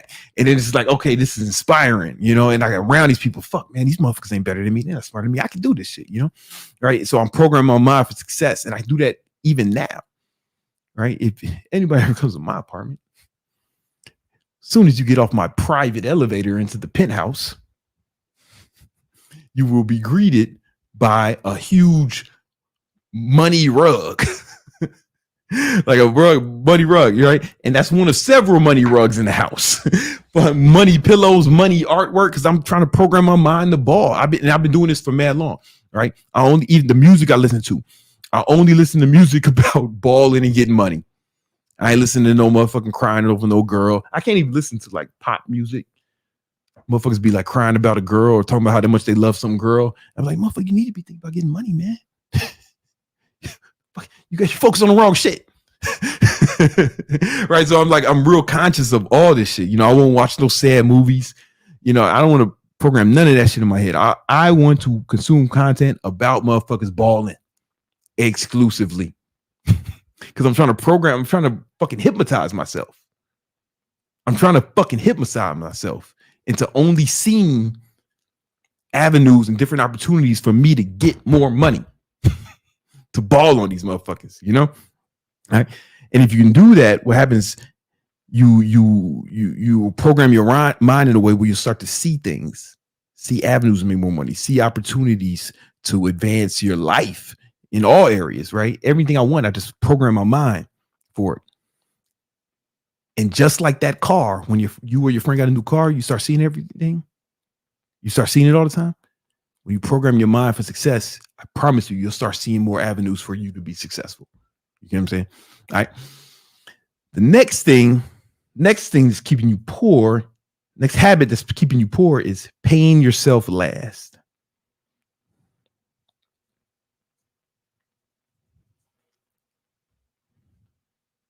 Oh.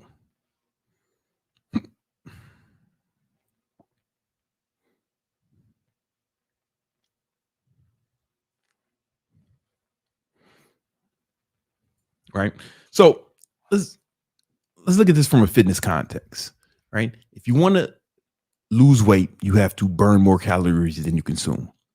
All right. That works for all mammals, possibly lizards and amphibians. I never trained one, but stands to reason it'll probably work for them too. But all mammals, if you burn more calories than you consume, you will lose weight, right? Contrast, if you want to gain weight, you need to be in a caloric surplus. I mean, you need to consume more than you burn.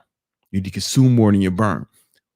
You need to be in a financial surplus, right? So to be in a financial surplus, you have to make more than you spend, right? That puts you in a financial surplus. The problem is the way most people handle their personal finances. They have income, right? Minus expenses.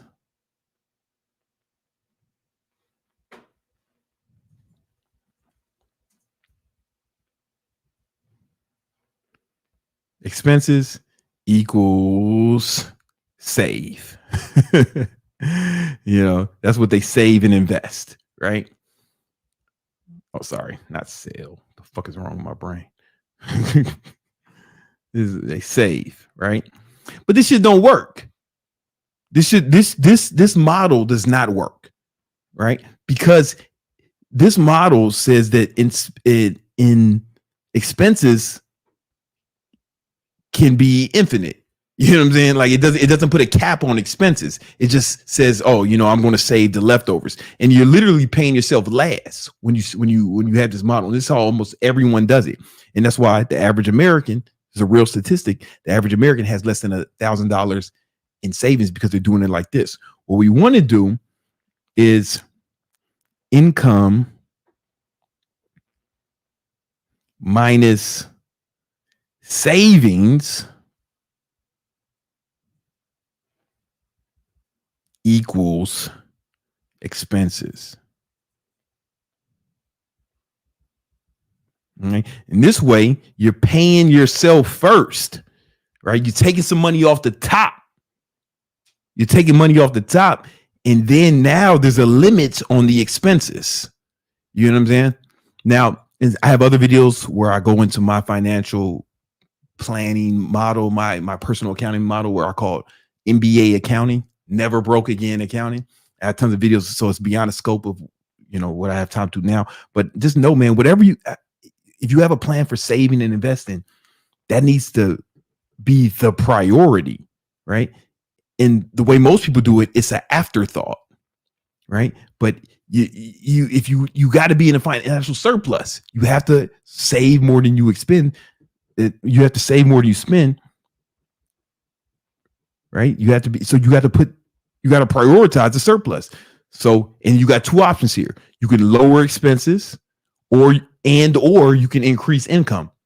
I think you should do a combination of both. Right?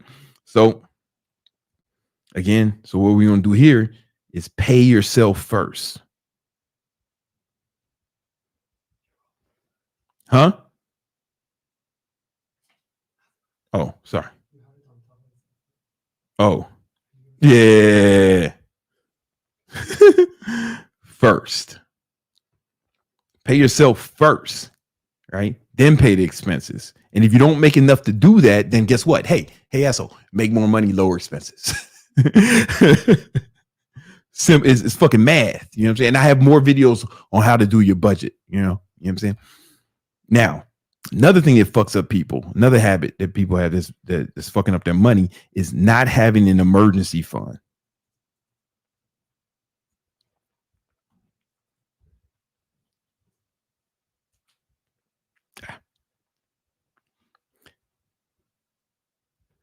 An emergency fund. This is critical.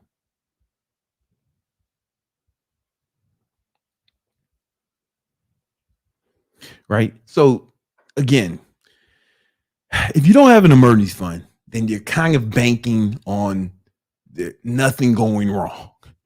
But that's not how life is here on planet Earth. I don't know what it's like on other planets, other civilizations, but for human beings on Earth, shit is going wrong all the time.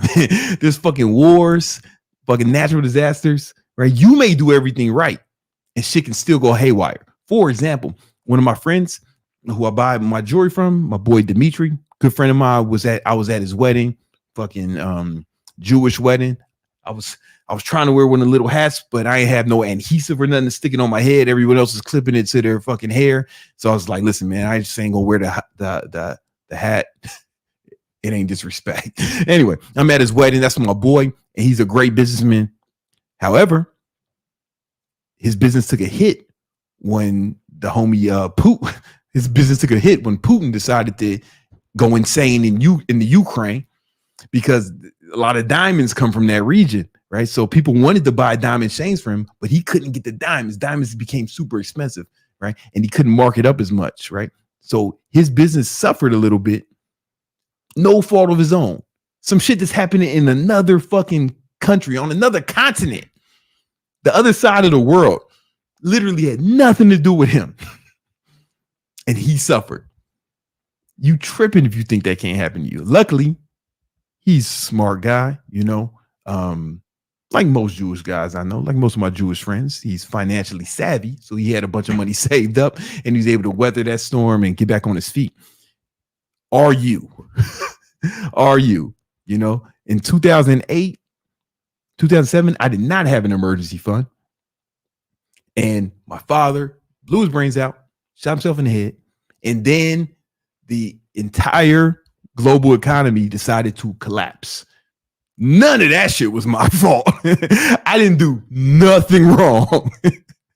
However, I didn't have an emergency fund. That's the one thing I didn't do wrong. So I was in a bad situation. Yeah, I worked myself way out of it, and I made it happen. But had I had an emergency fund, I'd been able to weather that. So I learned that lesson. So I always have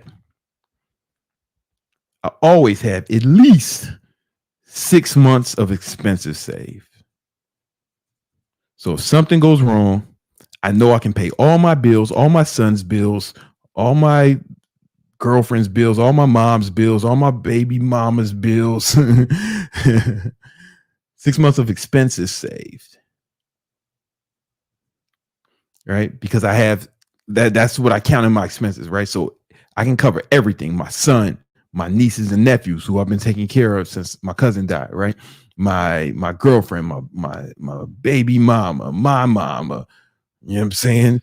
And, or I keep a little extra in case some shit happens to my girlfriend's family. That should be listen, man. Every once in a while, you know what I'm saying, Poppy needs some shit. You know, Poppy need me to help her, man. I don't even know this nigga like that. I don't even know this nigga. He barely speak English. Like, and I barely speak Spanish. So our conversations sound like two motherfucking retards trying to interact with each other. You know what I'm saying? But this nigga shit fucked up, and I need to give him a few grand. I have all that shit accounted for. You know what I'm saying? And so when C19 popped off, because I keep that accounted for, again, that's just not my fault either. I ain't tell motherfuckers in Asia to start eating bats and shit. You know what I'm saying? I'd have told them not to. I would advise against that. All right. But they decided, I don't know. I guess they eat bats over there. I don't know, man. They got a bat-based economy. They started eating bats and shit. Next thing you know, the whole world shuts down. Right. I ain't do nothing wrong, but I had a 6 month savings this time. Right. So all my employees, it was employees I didn't even need at the time. I didn't lay none of them off. I saw motherfuckers, other companies laying people off and shit. I was like, fucking weak, bitch. You ain't as good as me. And right, so I ain't lay off none of my employees. I paid them even when I wasn't using them. Right. My son's mom, she got let go. I said, yo, don't even worry about it. I'm ready for this. I've been ready for this for years. Right, you just stay home. You take care of the boy. Right, the nanny, I ain't want her to not pay. I ain't want her to have to find another job. And then when this shit is over, we got to find a new nanny. So I told her, hey, you stay at home with your family. Try not to die. I'm going to pay you even while you off. Right. You know what I'm saying? And I had enough savings for the business, for all that shit. And I didn't pay myself because I didn't know how bad shit would get. So I didn't pay myself a salary for like almost a year, because I needed to make sure my employees got paid. But I had fucking savings, man. I was good money. You know what I'm saying? because I have more than 6 months savings, right? But I had at least 6, right? And it fucking saved me. It saved my business. It saved everybody in my life went through that shit unscathed. And I'm ready for that shit again, man. What you got? Monkeypox? COVID-20? What up? I'm ready. Your boy ready. You know? If you ain't got that shit, you're gonna be all fucked up. All right. The another thing is not knowing your numbers.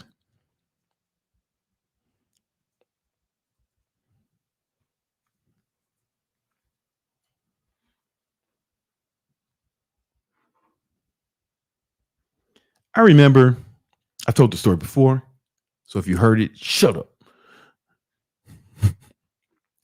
I was with Tai Lopez. This is a long time ago, before he was even like super famous. This is before the Me in My Garage knowledge commercials and shit, you know. And he was balling before like he was famous. He was definitely balling. I was at his crib in the Hollywood Hills, and he only had one Lambo at the time, you know. But he was going on some tirade talking to his employees, and this motherfucker said, "Man, it's so easy to stunt people." And then he talked when he called one of his guys. I think his name was John.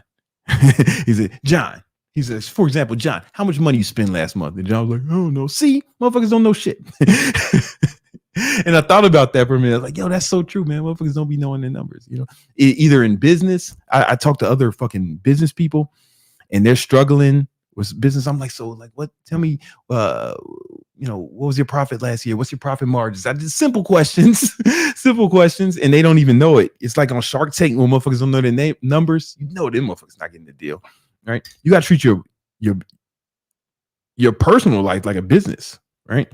So for years, and you can watch old videos from me 10 years ago where I talk about hooking up all your accounts to something called mint.com. And the beauty of Mint was it tracked all your expenses, all you can put in everything you own, put it in there, and you could have like your net worth, your credit score, all your income is linked to your bank account. Is show your income every month and your expenses. Because remember, you need to be in a financial surplus, right? So you need to know what the expenses are, and then you need to know what you can lower, what you can get rid of, right? So, and it was super helpful for me. And every time somebody was struggling or I'm coaching somebody, first thing I had them do is put all their shit in mint.com. And then we just started looking at their expenses, categorizing them. And we always find a bunch of wasted money, a bunch of dumb shit. You know what I'm saying? Like without exception, there's never no time we didn't find an extra few $1,000s of wasted money, even with broke motherfuckers. You get what I'm saying? Motherfuckers don't even know how much they're spending every month. You know, like it's real shit. How are you going to go if you don't have a clear understanding of your financial health? Like how do you make real decisions? Now, mint.com shut down. So right now, I'm waiting for one of these motherfuckers to pay me money to endorse it. So right now you can use either Personal Capital or you can use Monarch. Those are the two that I like. And whichever one of you motherfuckers want to give me some money, that's the one I'll recommend exclusively.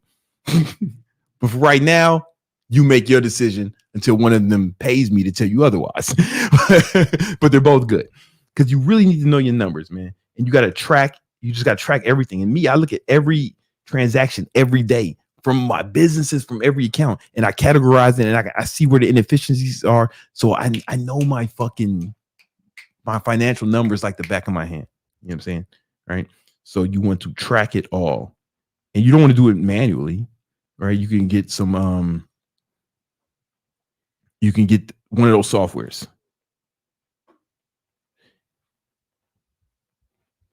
Everybody I know who's done this, without exception, within a year, even if they did nothing else, just tracking the shit, improved their financial performance. It improved their financial health, without exception, every time. All right. And listen, the fifth thing keeping you broke is not working enough. Listen, again,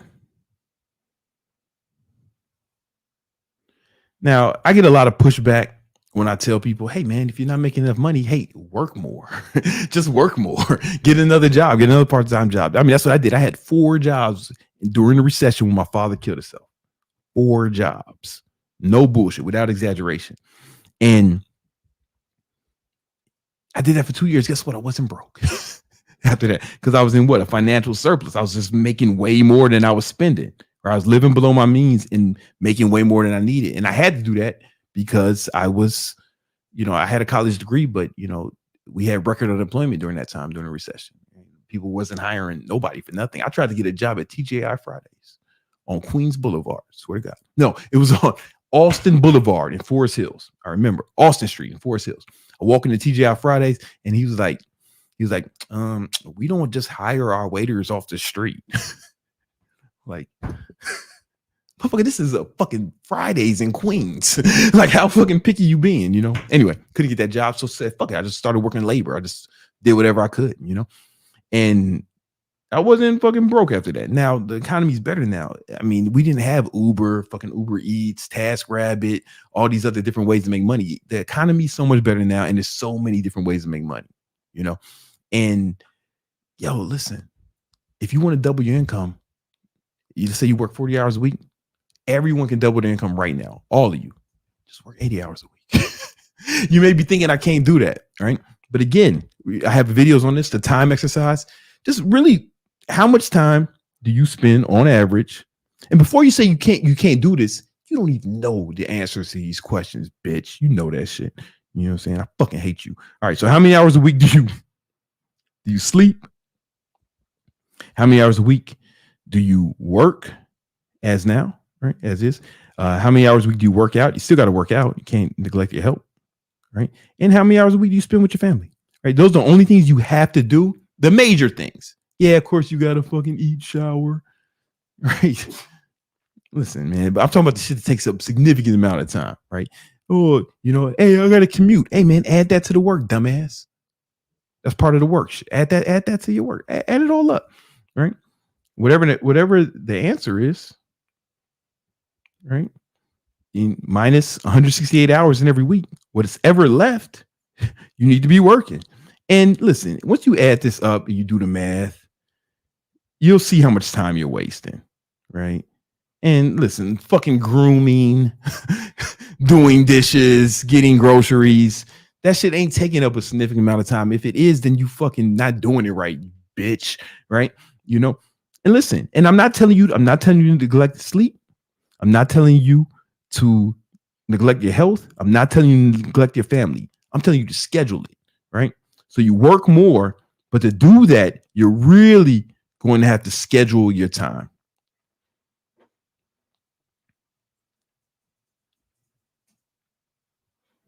Now, you guys are just fucking waking up and doing shit with no fucking schedule, man. And that's why you feel like you don't have enough time, right? But you don't have enough time because you're not planning it. So let me see if I can show you my calendar, what my shit looks like, what a fucking real nigga's calendar look like. Motherfucker who's serious about winning. Oh shit, I'm on this thing too. Pause. All right.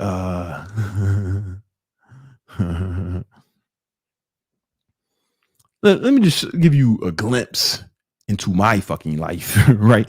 This is my calendar. You can show the screen, right? And you can see we're here. I'm a little bit past. I got to prep for bed after this. I got to get out of it because I'm filming it, right? But you see, like, everything's accounted for as far as like when I'm asleep, 10 to 4 a.m., right? I practice. I'm working on building some skills and something. Trade stocks, quick workout, cold shower. And, it's like every day is like this very little white space. But when you do this, you fucking squeeze more life out of each day. And sometimes I mess up. Like, this shit got scheduled on top of this shit. No problem. I just move it. Move it to a different time, right? I got flights and shit, so I did my team put the flights in here, so I got to move some of this stuff around, but that's cool, right? It's like the week is planned out, and I'll move stuff around as I need to, but I'm planning my time, right? If you're not don't say you don't have time if you're not doing this. Every time I say shit, some asshole says, "Oh, I can't do it. I don't have enough time." Let me see your calendar, fat. Let me see your calendar, bitch. Let me see your calendar. Oh, it's blank. No wonder you don't have time. Because you're not fucking planning it. You're not trying to squeeze as much life every day. You're just going with the flow. You're trying to figure it out on the fly like a dumbass, right? Schedule your time and work more, man. That's how I'm telling you, bro. When I was working those 4 jobs, people hear them like, how can I do that, man? You don't understand. I also had a girlfriend. I was also in a fucking band and we would do performances. I was working out like fucking crazy. Like, because I used my calendar, I was able to squeeze way more life out of each day. Like I was doing mad shit, like on some Renaissance man shit. You know what I'm saying? I was reading 2 books a week. You know what I'm saying? Like it's if you don't say you can't do it until you've done this, until you've planned out every day, every week for a limited amount of time. Don't say you can't do it. Don't say you don't have enough time because you don't even fucking know how much time you have. All right. And before you type that bullshit, look at your goddamn screen time app on your phone. Go ahead, open it up.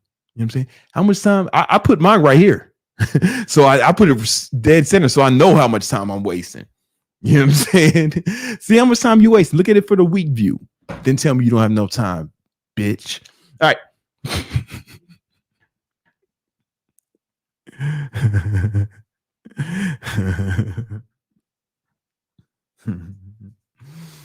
Then you also, another big mistake people are making they are spending time, spending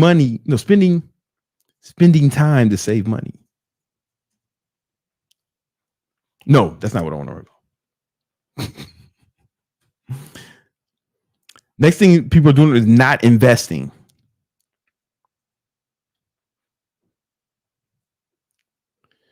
Right? Not investing, man. You got it. So here's the thing. Remember, it's income, savings, and expenses, right?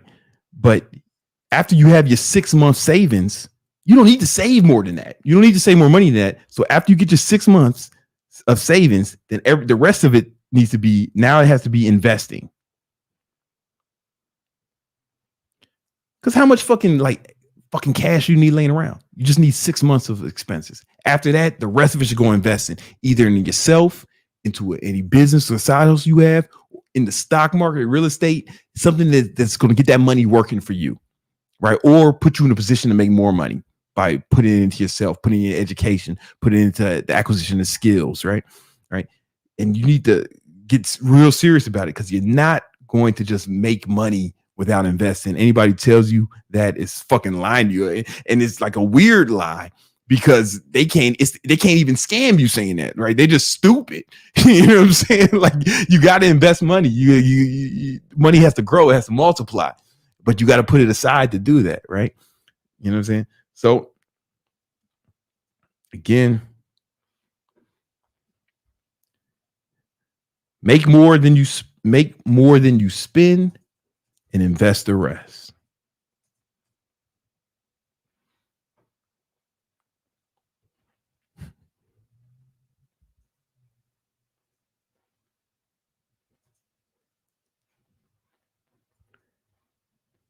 After you have your 6 month savings, right? Put that aside. 6 months of expenses saved.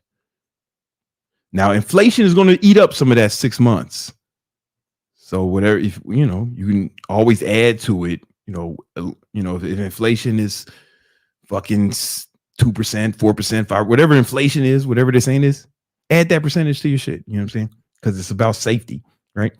But the rest of it needs to be invested. Invest into yourself, in your business, or into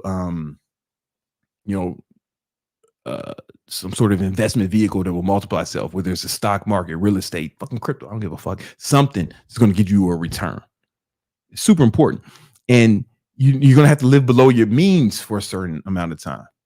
So if you watch my videos over the last 10 years, I've been on YouTube, man, I wasn't flexing. I was wearing an Apple Watch, no jewelry, same Jordan pants, right? First I lived in the fucking small crib in Queens. Then I moved to the penthouse in Manhattan. That was kind of a expense, right? But I slowly increased my expenses. Now I got a penthouse in Miami, big baller shit, fucking expensive ass watches, jewelry. Every time you see me in the streets, I probably got on mad fucking designer shit. But that's because my investments pay for that shit, right? I'm still not spending my earned income on that shit, right? I've been investing for so long that now the passive income is able to pay for my lifestyle. But I lived way below my means. I was making millions back when I was living in that fucking crib in Queens. Right? You watch some old videos, oh, Brandon's in a small place in Queens. I was a fucking millionaire then. Right? But I was investing. Right. And now I got to the point where that money was enough where, oh shit, I can start flexing with this shit, man. You know, and that's the key. Right. And then it's not room on here, but the seventh thing that's keeping you broke is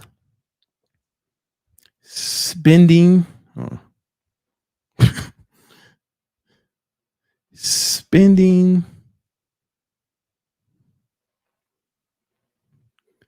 time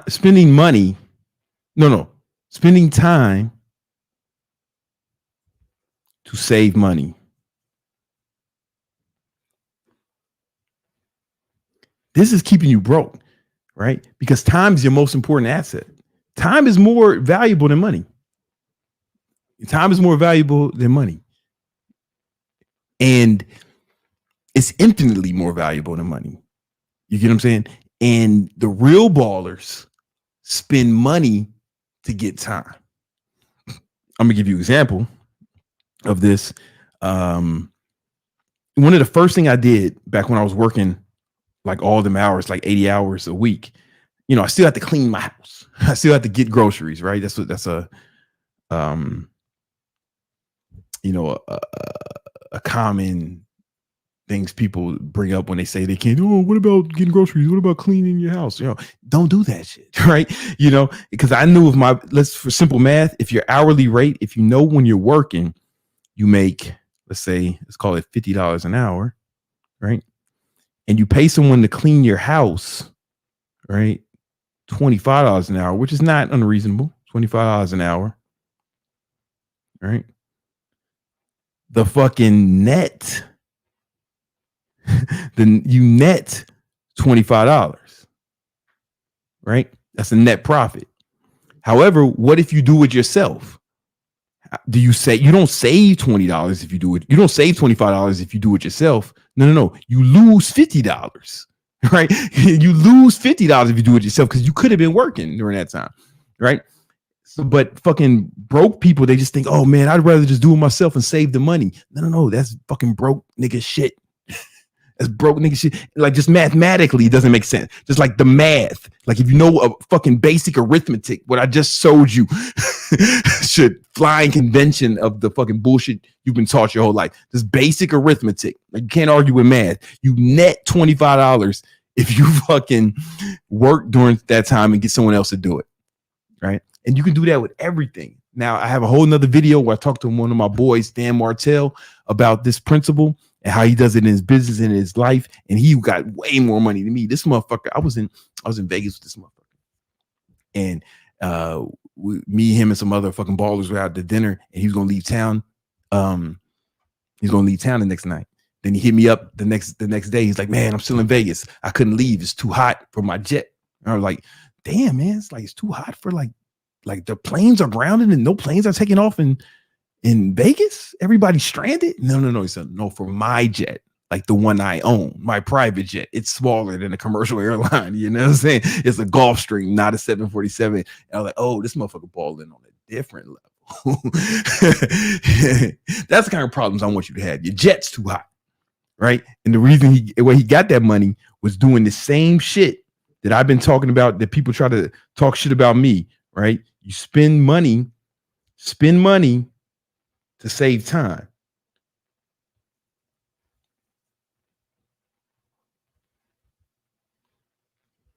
And now I get clowned when I get clowned when I say it. But maybe if you hear a rich white man say it, you'll take it seriously. Maybe you'll finally take it seriously. You know what I'm saying? I get clowned when I say it, but go watch that video of my rich white friend saying it. Maybe you'll finally fucking get it through your dumb ass head. you know, because he's going to say it more eloquently than me.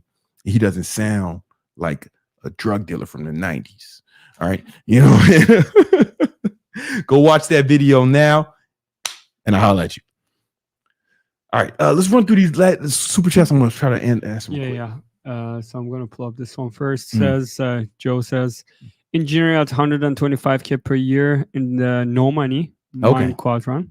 One more, but not sure how to move to the other quads with my skill set, which require running a business. Any other advice, investing, etc.? You know what, man? Like you got some money, man. $120,000. Like you're not in the no money, no skills quadrant. You know, you're probably hit. I mean, I guess I don't know, man. I have to know more about you, right? But you sound like you're in a better position than most people, right? So what I want you to do is check out the Baller Mindset course. It's 100% free. Like I won't charge you nothing. It's free. The link is in the description. Go check that out. And it's going to put you on the right path where you can kind of give you more detailed assessment of where you are and to show you exactly every step you need to take, no matter where you are on your journey. Like I really want it to be like a choose your own adventure roadmap. Check that out. All right. We got Big Boss dropping $100. Says, thank you for dropping knowledge. You help me focus my hard work ethic, pause, and budgeting. I work 7 days, 80 hours a week. I have your money system in place to make the most out of the money. I also track everything else. Thank you for being a role model. Hey, man, shout out to you, Big Boss. That's what I'm here for, man. That's what I'm here for. I'm here to be a beacon of hope and inspiration for the young people of planet Earth. You know what I'm saying?